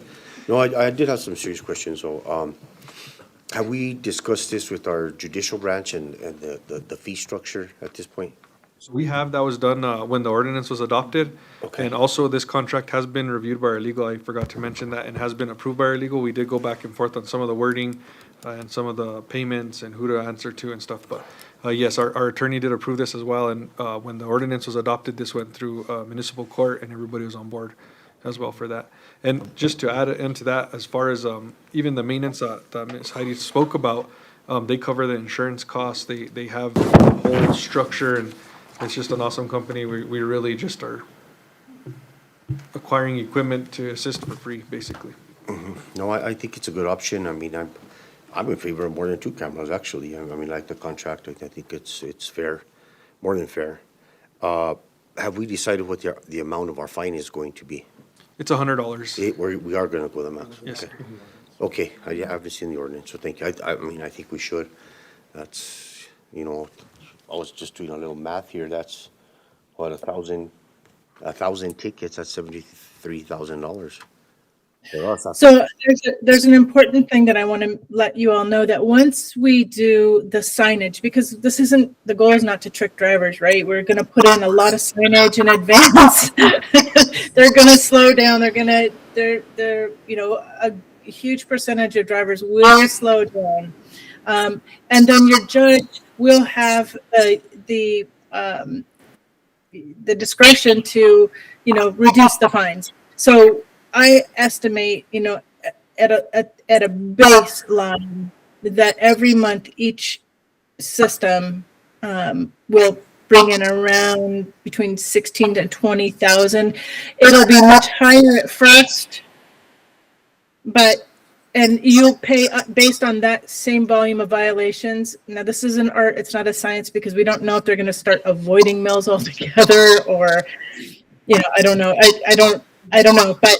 What we see is, you know, significant drops based on the signage and the warnings. We do 30 days of warnings issued to drivers. So you get one of those and the recidivism rate is very low. The repeat offenders is very low, which is great. But when you have the same road traveled by the same people, they learn fast. So we see significant drop. Even so, I don't know how these folks just keep on getting tickets, but they do. No, that's, thank you for the, thank you for the, estimate on the numbers. I think that's a good idea of, just a good indicator of what we can expect. I'm in favor of more than 2 cameras. You know, one of the things that I've been concerned about is speed bumps in the city of Las Vegas. And Oh, yeah. Speed bump city USA, chief, you know that. Yeah, exactly. Slows down your units, slows down the fire department, slows down the ambulance service. And I would much rather have a system like this in place than some of these speed bumps. So my question is, Mr. Manager, with this type of system in place, do you foresee the ability to remove some of the traffic speed bumps that we have in town? Mr. Mayor, Councilor Pacheco, I think data. I think once we've had the opportunity to assess the data with our contractor, with our police department and others, then we can assess moving forward. One word of caution that I did hear and have a little bit of experience in other jurisdictions is utilizing the data and the traffic analysis to make sure you put appropriate cameras, but that you don't overdo it, if you will. I don't know how else to say it, but I would defer to the expert. But You definitely don't want to blister your city with cameras. You know, just on the heels of your economic development efforts there, you know, you don't want to discourage visitors by issuing, you know, citations and such. There's a good balance between, you know, I could see leaving it open, and as new, we can study any location again within the city. I think Grand is probably going to be a great one to study next. Anywhere where you have, you know, where residents and pedestrians are conflicting with traffic and having to play Frogger to get across the road, and it's, you know, they're terrified. But yeah, there's no limit, but at the same time, I really discourage over, you know, blistering your city with cameras. It's not a good idea. It's not a good idea. You want to, you know, I could see other jurisdictions your size do between 4 and 6 units, and they're judiciously selected. And as engineering changes are made, perhaps using some of the funds and, you know, projects that were completely unattainable because of cost, now some of this money can go towards those projects, can be completed, and perhaps they too would reduce speeding in those areas. So, you know, there's a lot to consider. It's not an overnight thing, but I think the best thing to do is, as council becomes concerned and constituents bring forward, you know, new concerns of locations, we just do studies more and more and see how they pan out. See, you know, let the data speak. The nice thing about a system like this versus a speed bump is when you go over the speed bump, you end up having a lot of noise pollution. And if it's a residential area, that's problematic because as soon as they get over the bump, they gun it, right? And here they just kind of try to quietly sneak through the zone. So nothing's perfect, but it is a force multiplier for sure for the police department.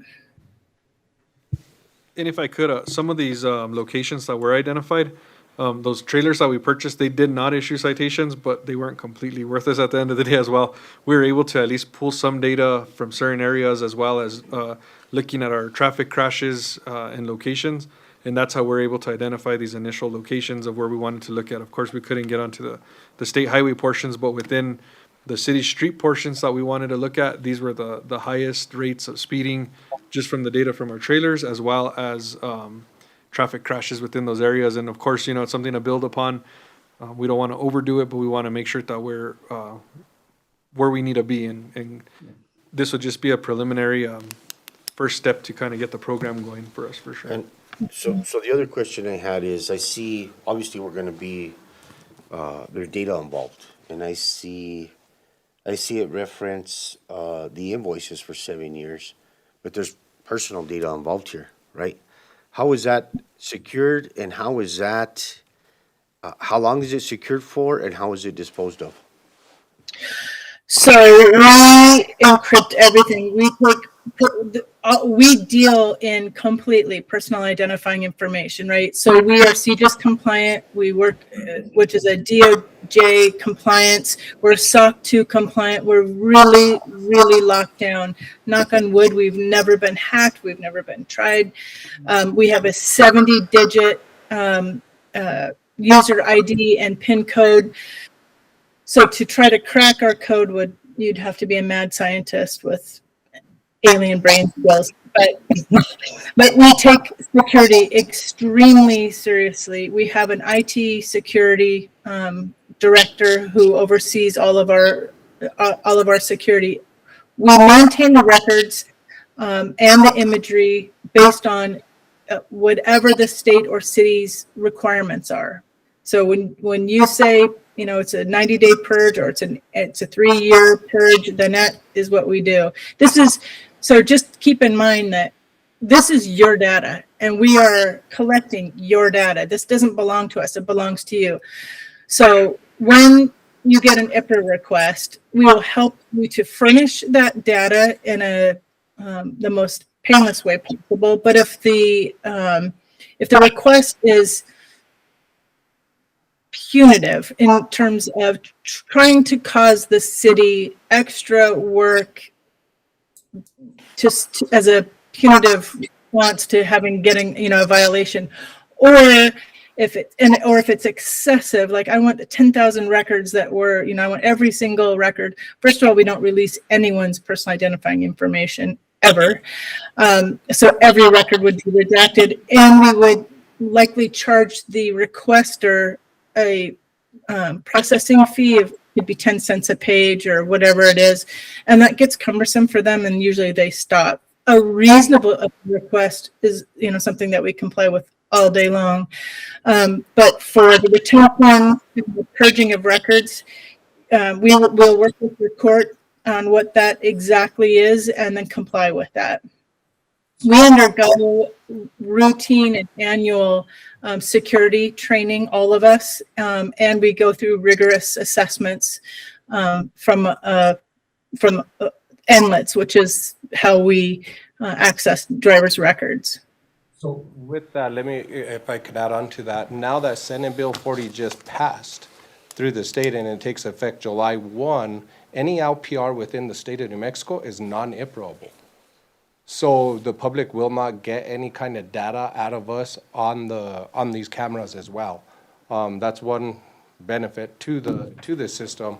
Nobody will be able to IPRA on their end, on our end. It's gonna be, it's secured right now.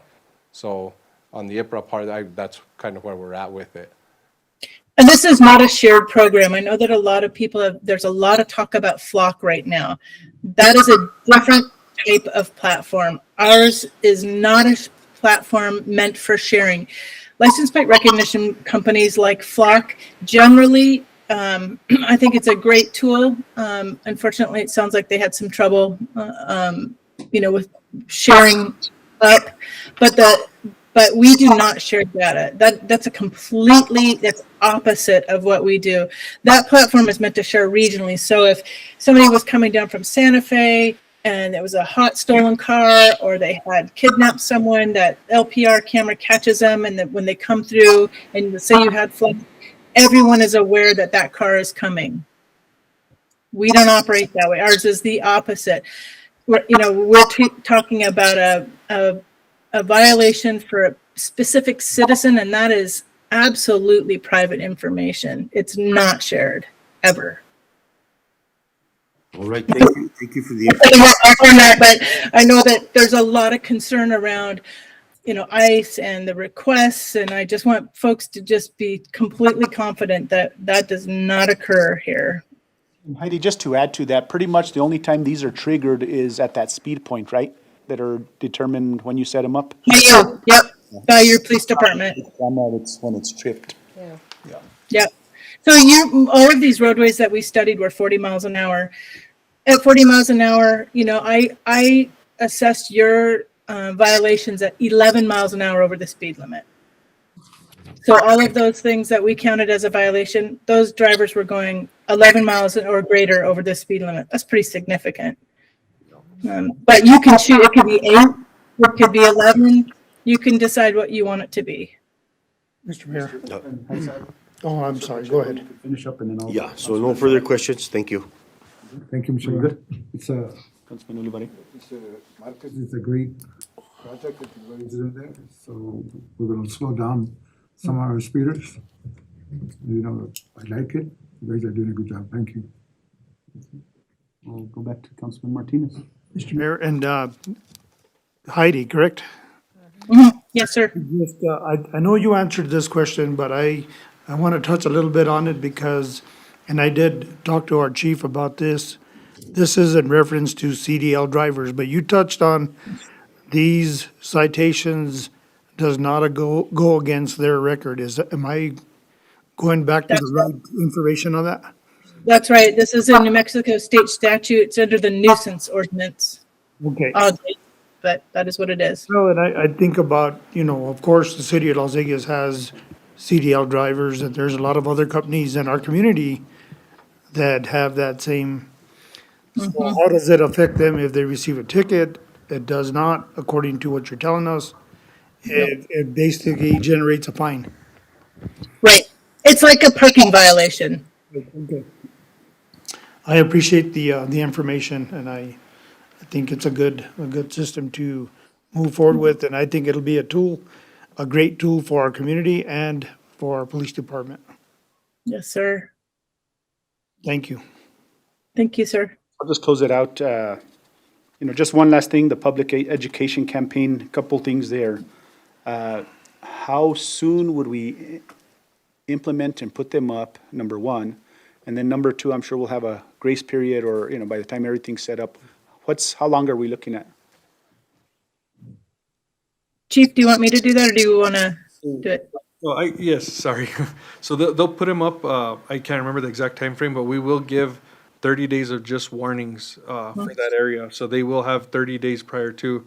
So if it's your route to work every day and you're traveling that and you're speeding every day, you will get warnings every day for 30 days until that 30 days is up. Then we'll start issuing citations. And we also have that ability to set the speeds, like what Heidi was saying. So if we want to do it at 8 miles an hour, 10 miles an hour, just, deeming what's appropriate for that area. And also during our busy times of the year, we could get the top 15% of speeders. We could do the top 5. We could do the top 10. It just whatever we want to set it to. And I think it's going to be a trial and error for us for sure, making sure that it's going to fit the community and it's going to work at the most efficient way we could make it work.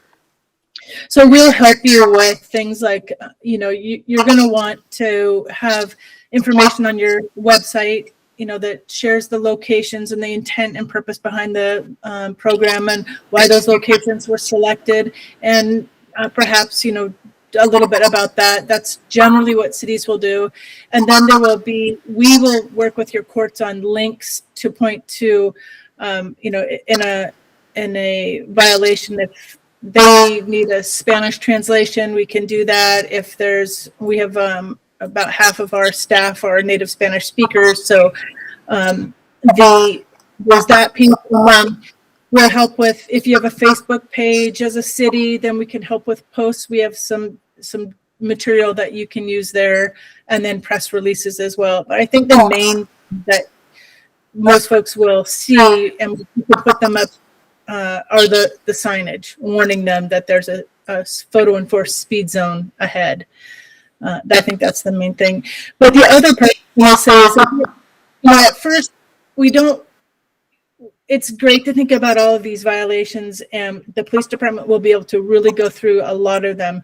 But the court is where it really starts to bottleneck. And so when we do the warnings with your city, we'll see what the total volume is on the violations, even with the signage up. That will be a really good indicator to what we will see in the courts, because the court has to touch them all, right?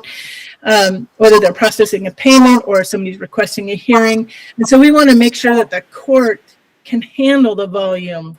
And if they can say, well, of this 7,000 violations a month right now, or this 5,000, we can only handle 2,500. Okay, then we'll work with the police department on giving them and capturing the 25 most egregious speeders from each one of those systems. And then as your coordinator, is able to get used to the system, or they hire another half-time FTE if that's something that's needed, or, as this sort of levels out, we can open it back up to being fully enforced. But there's a lot of moving parts that we want to be sensitive to, and one of those is courts, for sure. And you answered my questions. My next question was the marketing material, so thank you. So with Yes. that being said, what's the pleasure of the council? Mr. Mayor, Councilman Martinez. I will move to approve the agreement between the City of Las Vegas and Novo Global for traffic infraction detection and enforcement. Motion by Councilman Martinez, second by Councilor Casey. Roll call.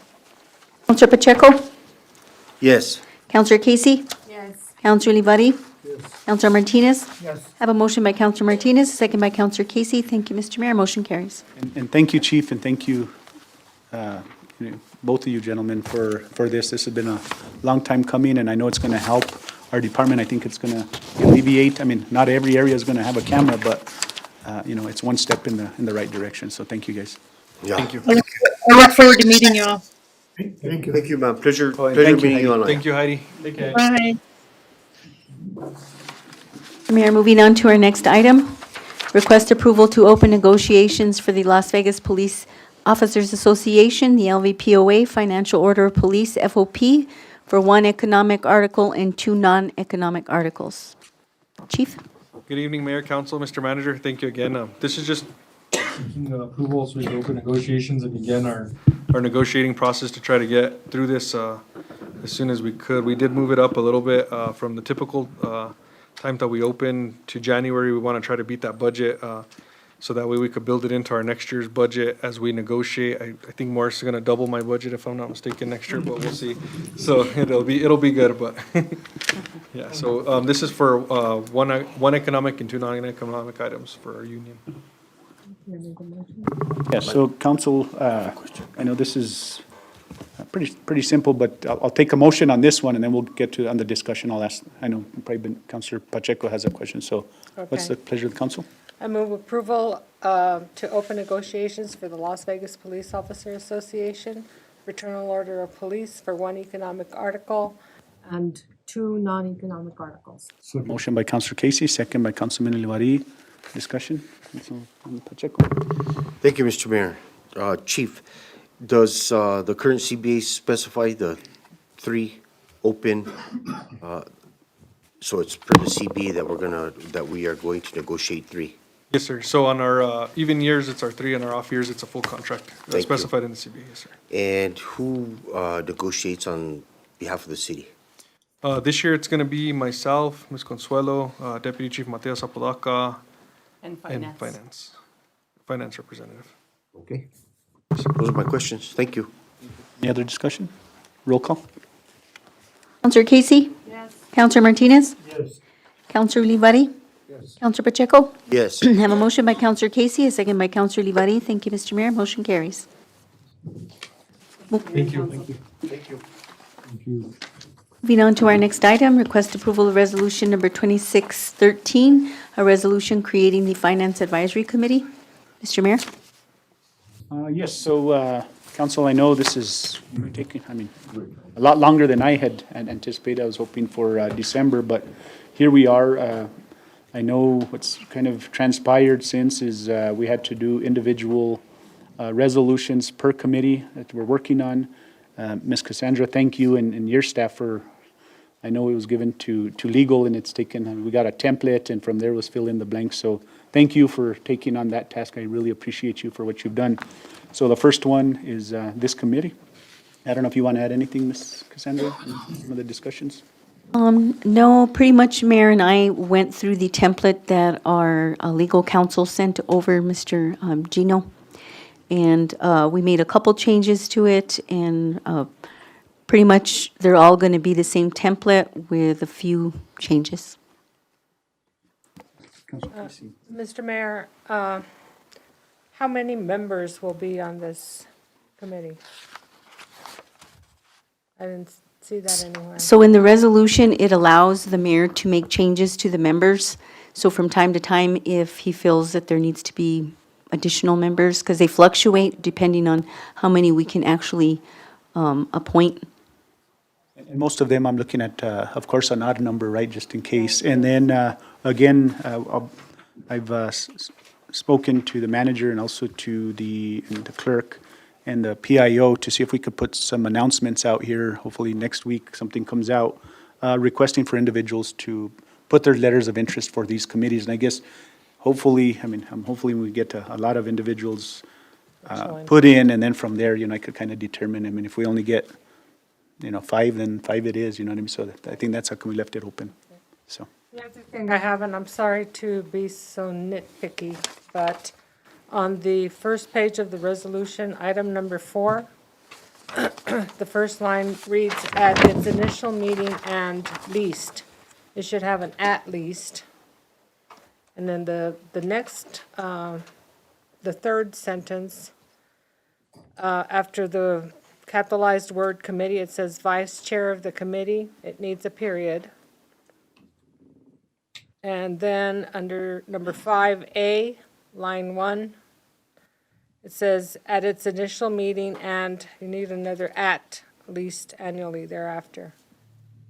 We'll make those changes. Thank you, Counselor. Thank you. Mr. Mayor, I have a question in reference to the committees moving forward. And I know we've talked about this, I wanted to just get your direction again in reference to any members of this council being part of those committees. Is that permissible? Yes, and that's actually one of the items that was included in the new charter change. So yes, as I'm getting these individuals, I'm sure I'll be getting with you guys and kind of see, where you guys are interested in best Okay, serving or giving, thank you. giving your. That answers my input. question, thank you.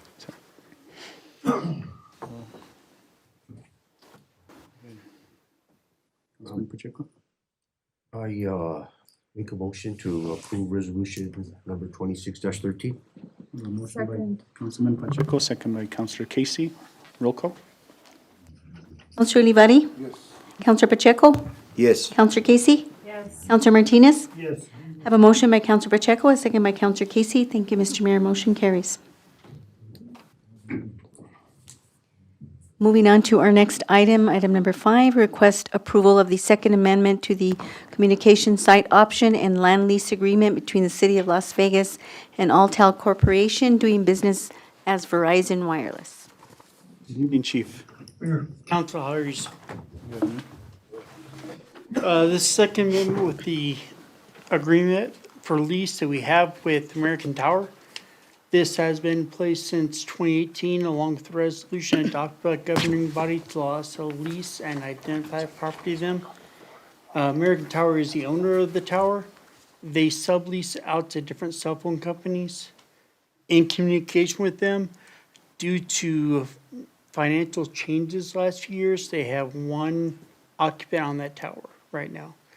So one of the changes that they've asked our annual pay they give us to go down, which roughly is around 18 to 19,000, I believe, Mr. Morris, per year. It'll go down to 17,100. With an understanding that anytime they add a new client to that tower, it'll increase by $250 a month. Right now, all they have is Verizon, which is actually Alltel now, but DBA Verizon, that's the other change, the name. The 2018 lease says Verizon, doesn't include Alltel at all. With that, it'll also increase the rental price by 10% of the rental price at that time, beginning on November 17, 2028, and anytime the lease comes up for renewal. This lease itself is good till 2058 is when it actually expires. So we're just looking to change the amendment on there. It has been reviewed by city legal as well as city manager in his office as well. So I stand for any questions you may have. So, Chief, I just one question. Who verifies when those are put up that there's only one? Like, are we reviewing that ourselves internally? We were notifying it, and they're also up to the FCC as well to put those Oh, okay. additionals on the tower. Okay. Council, Mr. Mayor, Councilman Martinez. does, Chief Span, Mayor, I just wanted to ask if, does the city of Las Vegas have any use for adding anything to that tower? We've thought about it. We've had discussions slightly with Chief Marquez about the repeater system within our city for communications. That's something we're going to get into more depth of a discussion with American Tower on and see what it changed, and we come back to you at that time as well. Okay, well, I'm thinking about emergency, radio equipment, anything like that is what I'm getting at. Not necessarily a speed camera, but what I'm trying to say is, just something that would benefit the city moving forward in reference to use of that tower. Yes, sir. Yeah, okay. That's one of the things brought up, is putting a repeater out there at that tower to help our coverage of our area. Okay, well, just keep that in mind. Thank you. Thank you, Mayor. Any other questions, or what's the pleasure of the council? Mr. Mayor, I move approval of the release for the communication site option. Motion by Councilor Casey, second by Councilman Olivari. Roll call. Counselor Pacheco? Yes. Counselor Martinez? Yes. Counselor Casey? Yes. Counselor Olivari? Yes. I have a motion by Counselor Casey, a second by Counselor Olivari. Thank you, Mr. Mayor. Motion carries. Thank you, Mayor. Thank you. Thank you, Chief. Thank you, Chief. Moving on to our last item, request approval of the City of Las Vegas Lodgers Tax Board's recommendation for funding New Mexico Supreme Sports Northern Supreme Showdown in the amount of $7,000. We have our Community Development Director, Mr. Lucas Marquez. Good evening, Mr. Marcus. Good evening, Mr. Mayor, Council, Mr. City Manager. At this time, I'd like to go ahead and call Mr. Nick Montoya up. He will be representing Supreme Sports for in case there's any other questions that we'll be going through. But just to give a little brief overlook of the item we have in front of us, there was a special lodgers tax meeting held on March 4th. It was discussed, and I also got to thank Mr. Morris Madrid. Even though he was sick, he was still able to provide us the information needed for the board to make an educated decision on this item. And they went ahead and approved it for the amount of $7,000.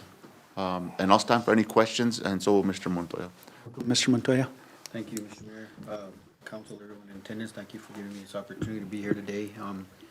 We're going to have an event here in Las Vegas, here at the Rec Center, a basketball tournament. It offers an awesome opportunity for the kids that, come out and work hard every day to showcase their talent. And, we're gonna have, about 45 teams from, local teams and from other areas that are gonna be participating. And, we just think it's an opportunity for the kids to be involved with something that they're gonna remember forever.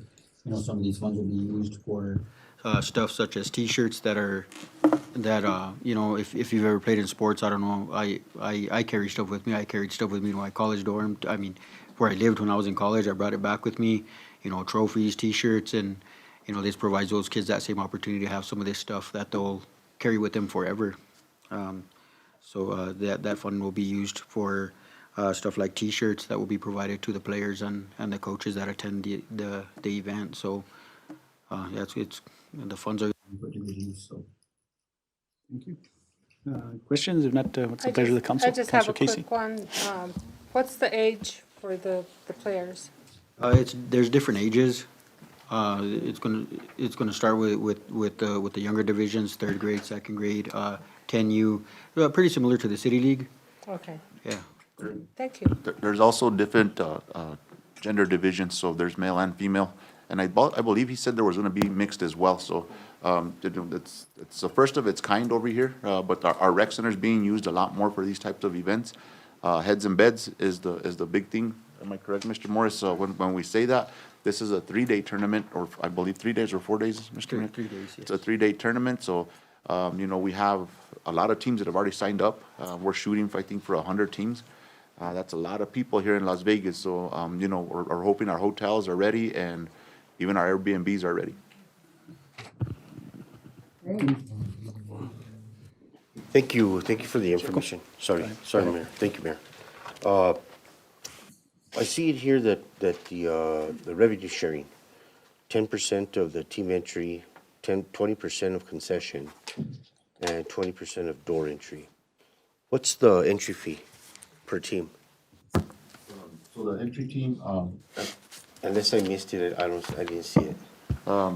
So the entry fee, sir, is $275 per team, but there's also a group rate where it'll drop to $250, I believe, or it might be a little bit lower if they come with, let's say it's a traveling club and they come with 3 different teams. They'll go ahead and get a little bit less of a fee. That's what was explained at the meeting, sir. And the door entry fee? I believe that's going to be $10 per entry fee, sir, and that's per person, so. Is that per day or for the weekend? It's going to probably be per day. Yeah, you'll probably get a ring, a wristband for the day, and then the next day you'll have to purchase another one and so on, sir. Okay, just to get an idea. I mean, I think it's great way to invest in our community, great way to use some of the lodgers tax, create some tourism here, fill up some hotels, have some people at restaurants, have some people visit our city facilities, so I appreciate it. What's the pleasure of the council? Mr. Mayor, I move that we approve the City of Las Vegas Lodgers Tax Board's recommendation for funding for the Mexico Supreme Sports Northern Supreme Showdown in the amount of $7,000. Motion by Councilor Casey. Do I have a second? Second. Second by Councilman Pacheco. Roll call. Counselor Martinez? Yes. Counselor Olivari? Yes. Counselor Pacheco? Yes. Counselor Casey? Yes. I have a motion by Counselor Casey, a second by Counselor Pacheco. Thank you, Mr. Mayor. Motion carries. Thank you. Thank you, Mayor and Council. Appreciate you guys, and thank you. Thank you. Mr. Mayor, I move we adjourn. Motion by Councilor. Second. Second by Councilman Pacheco.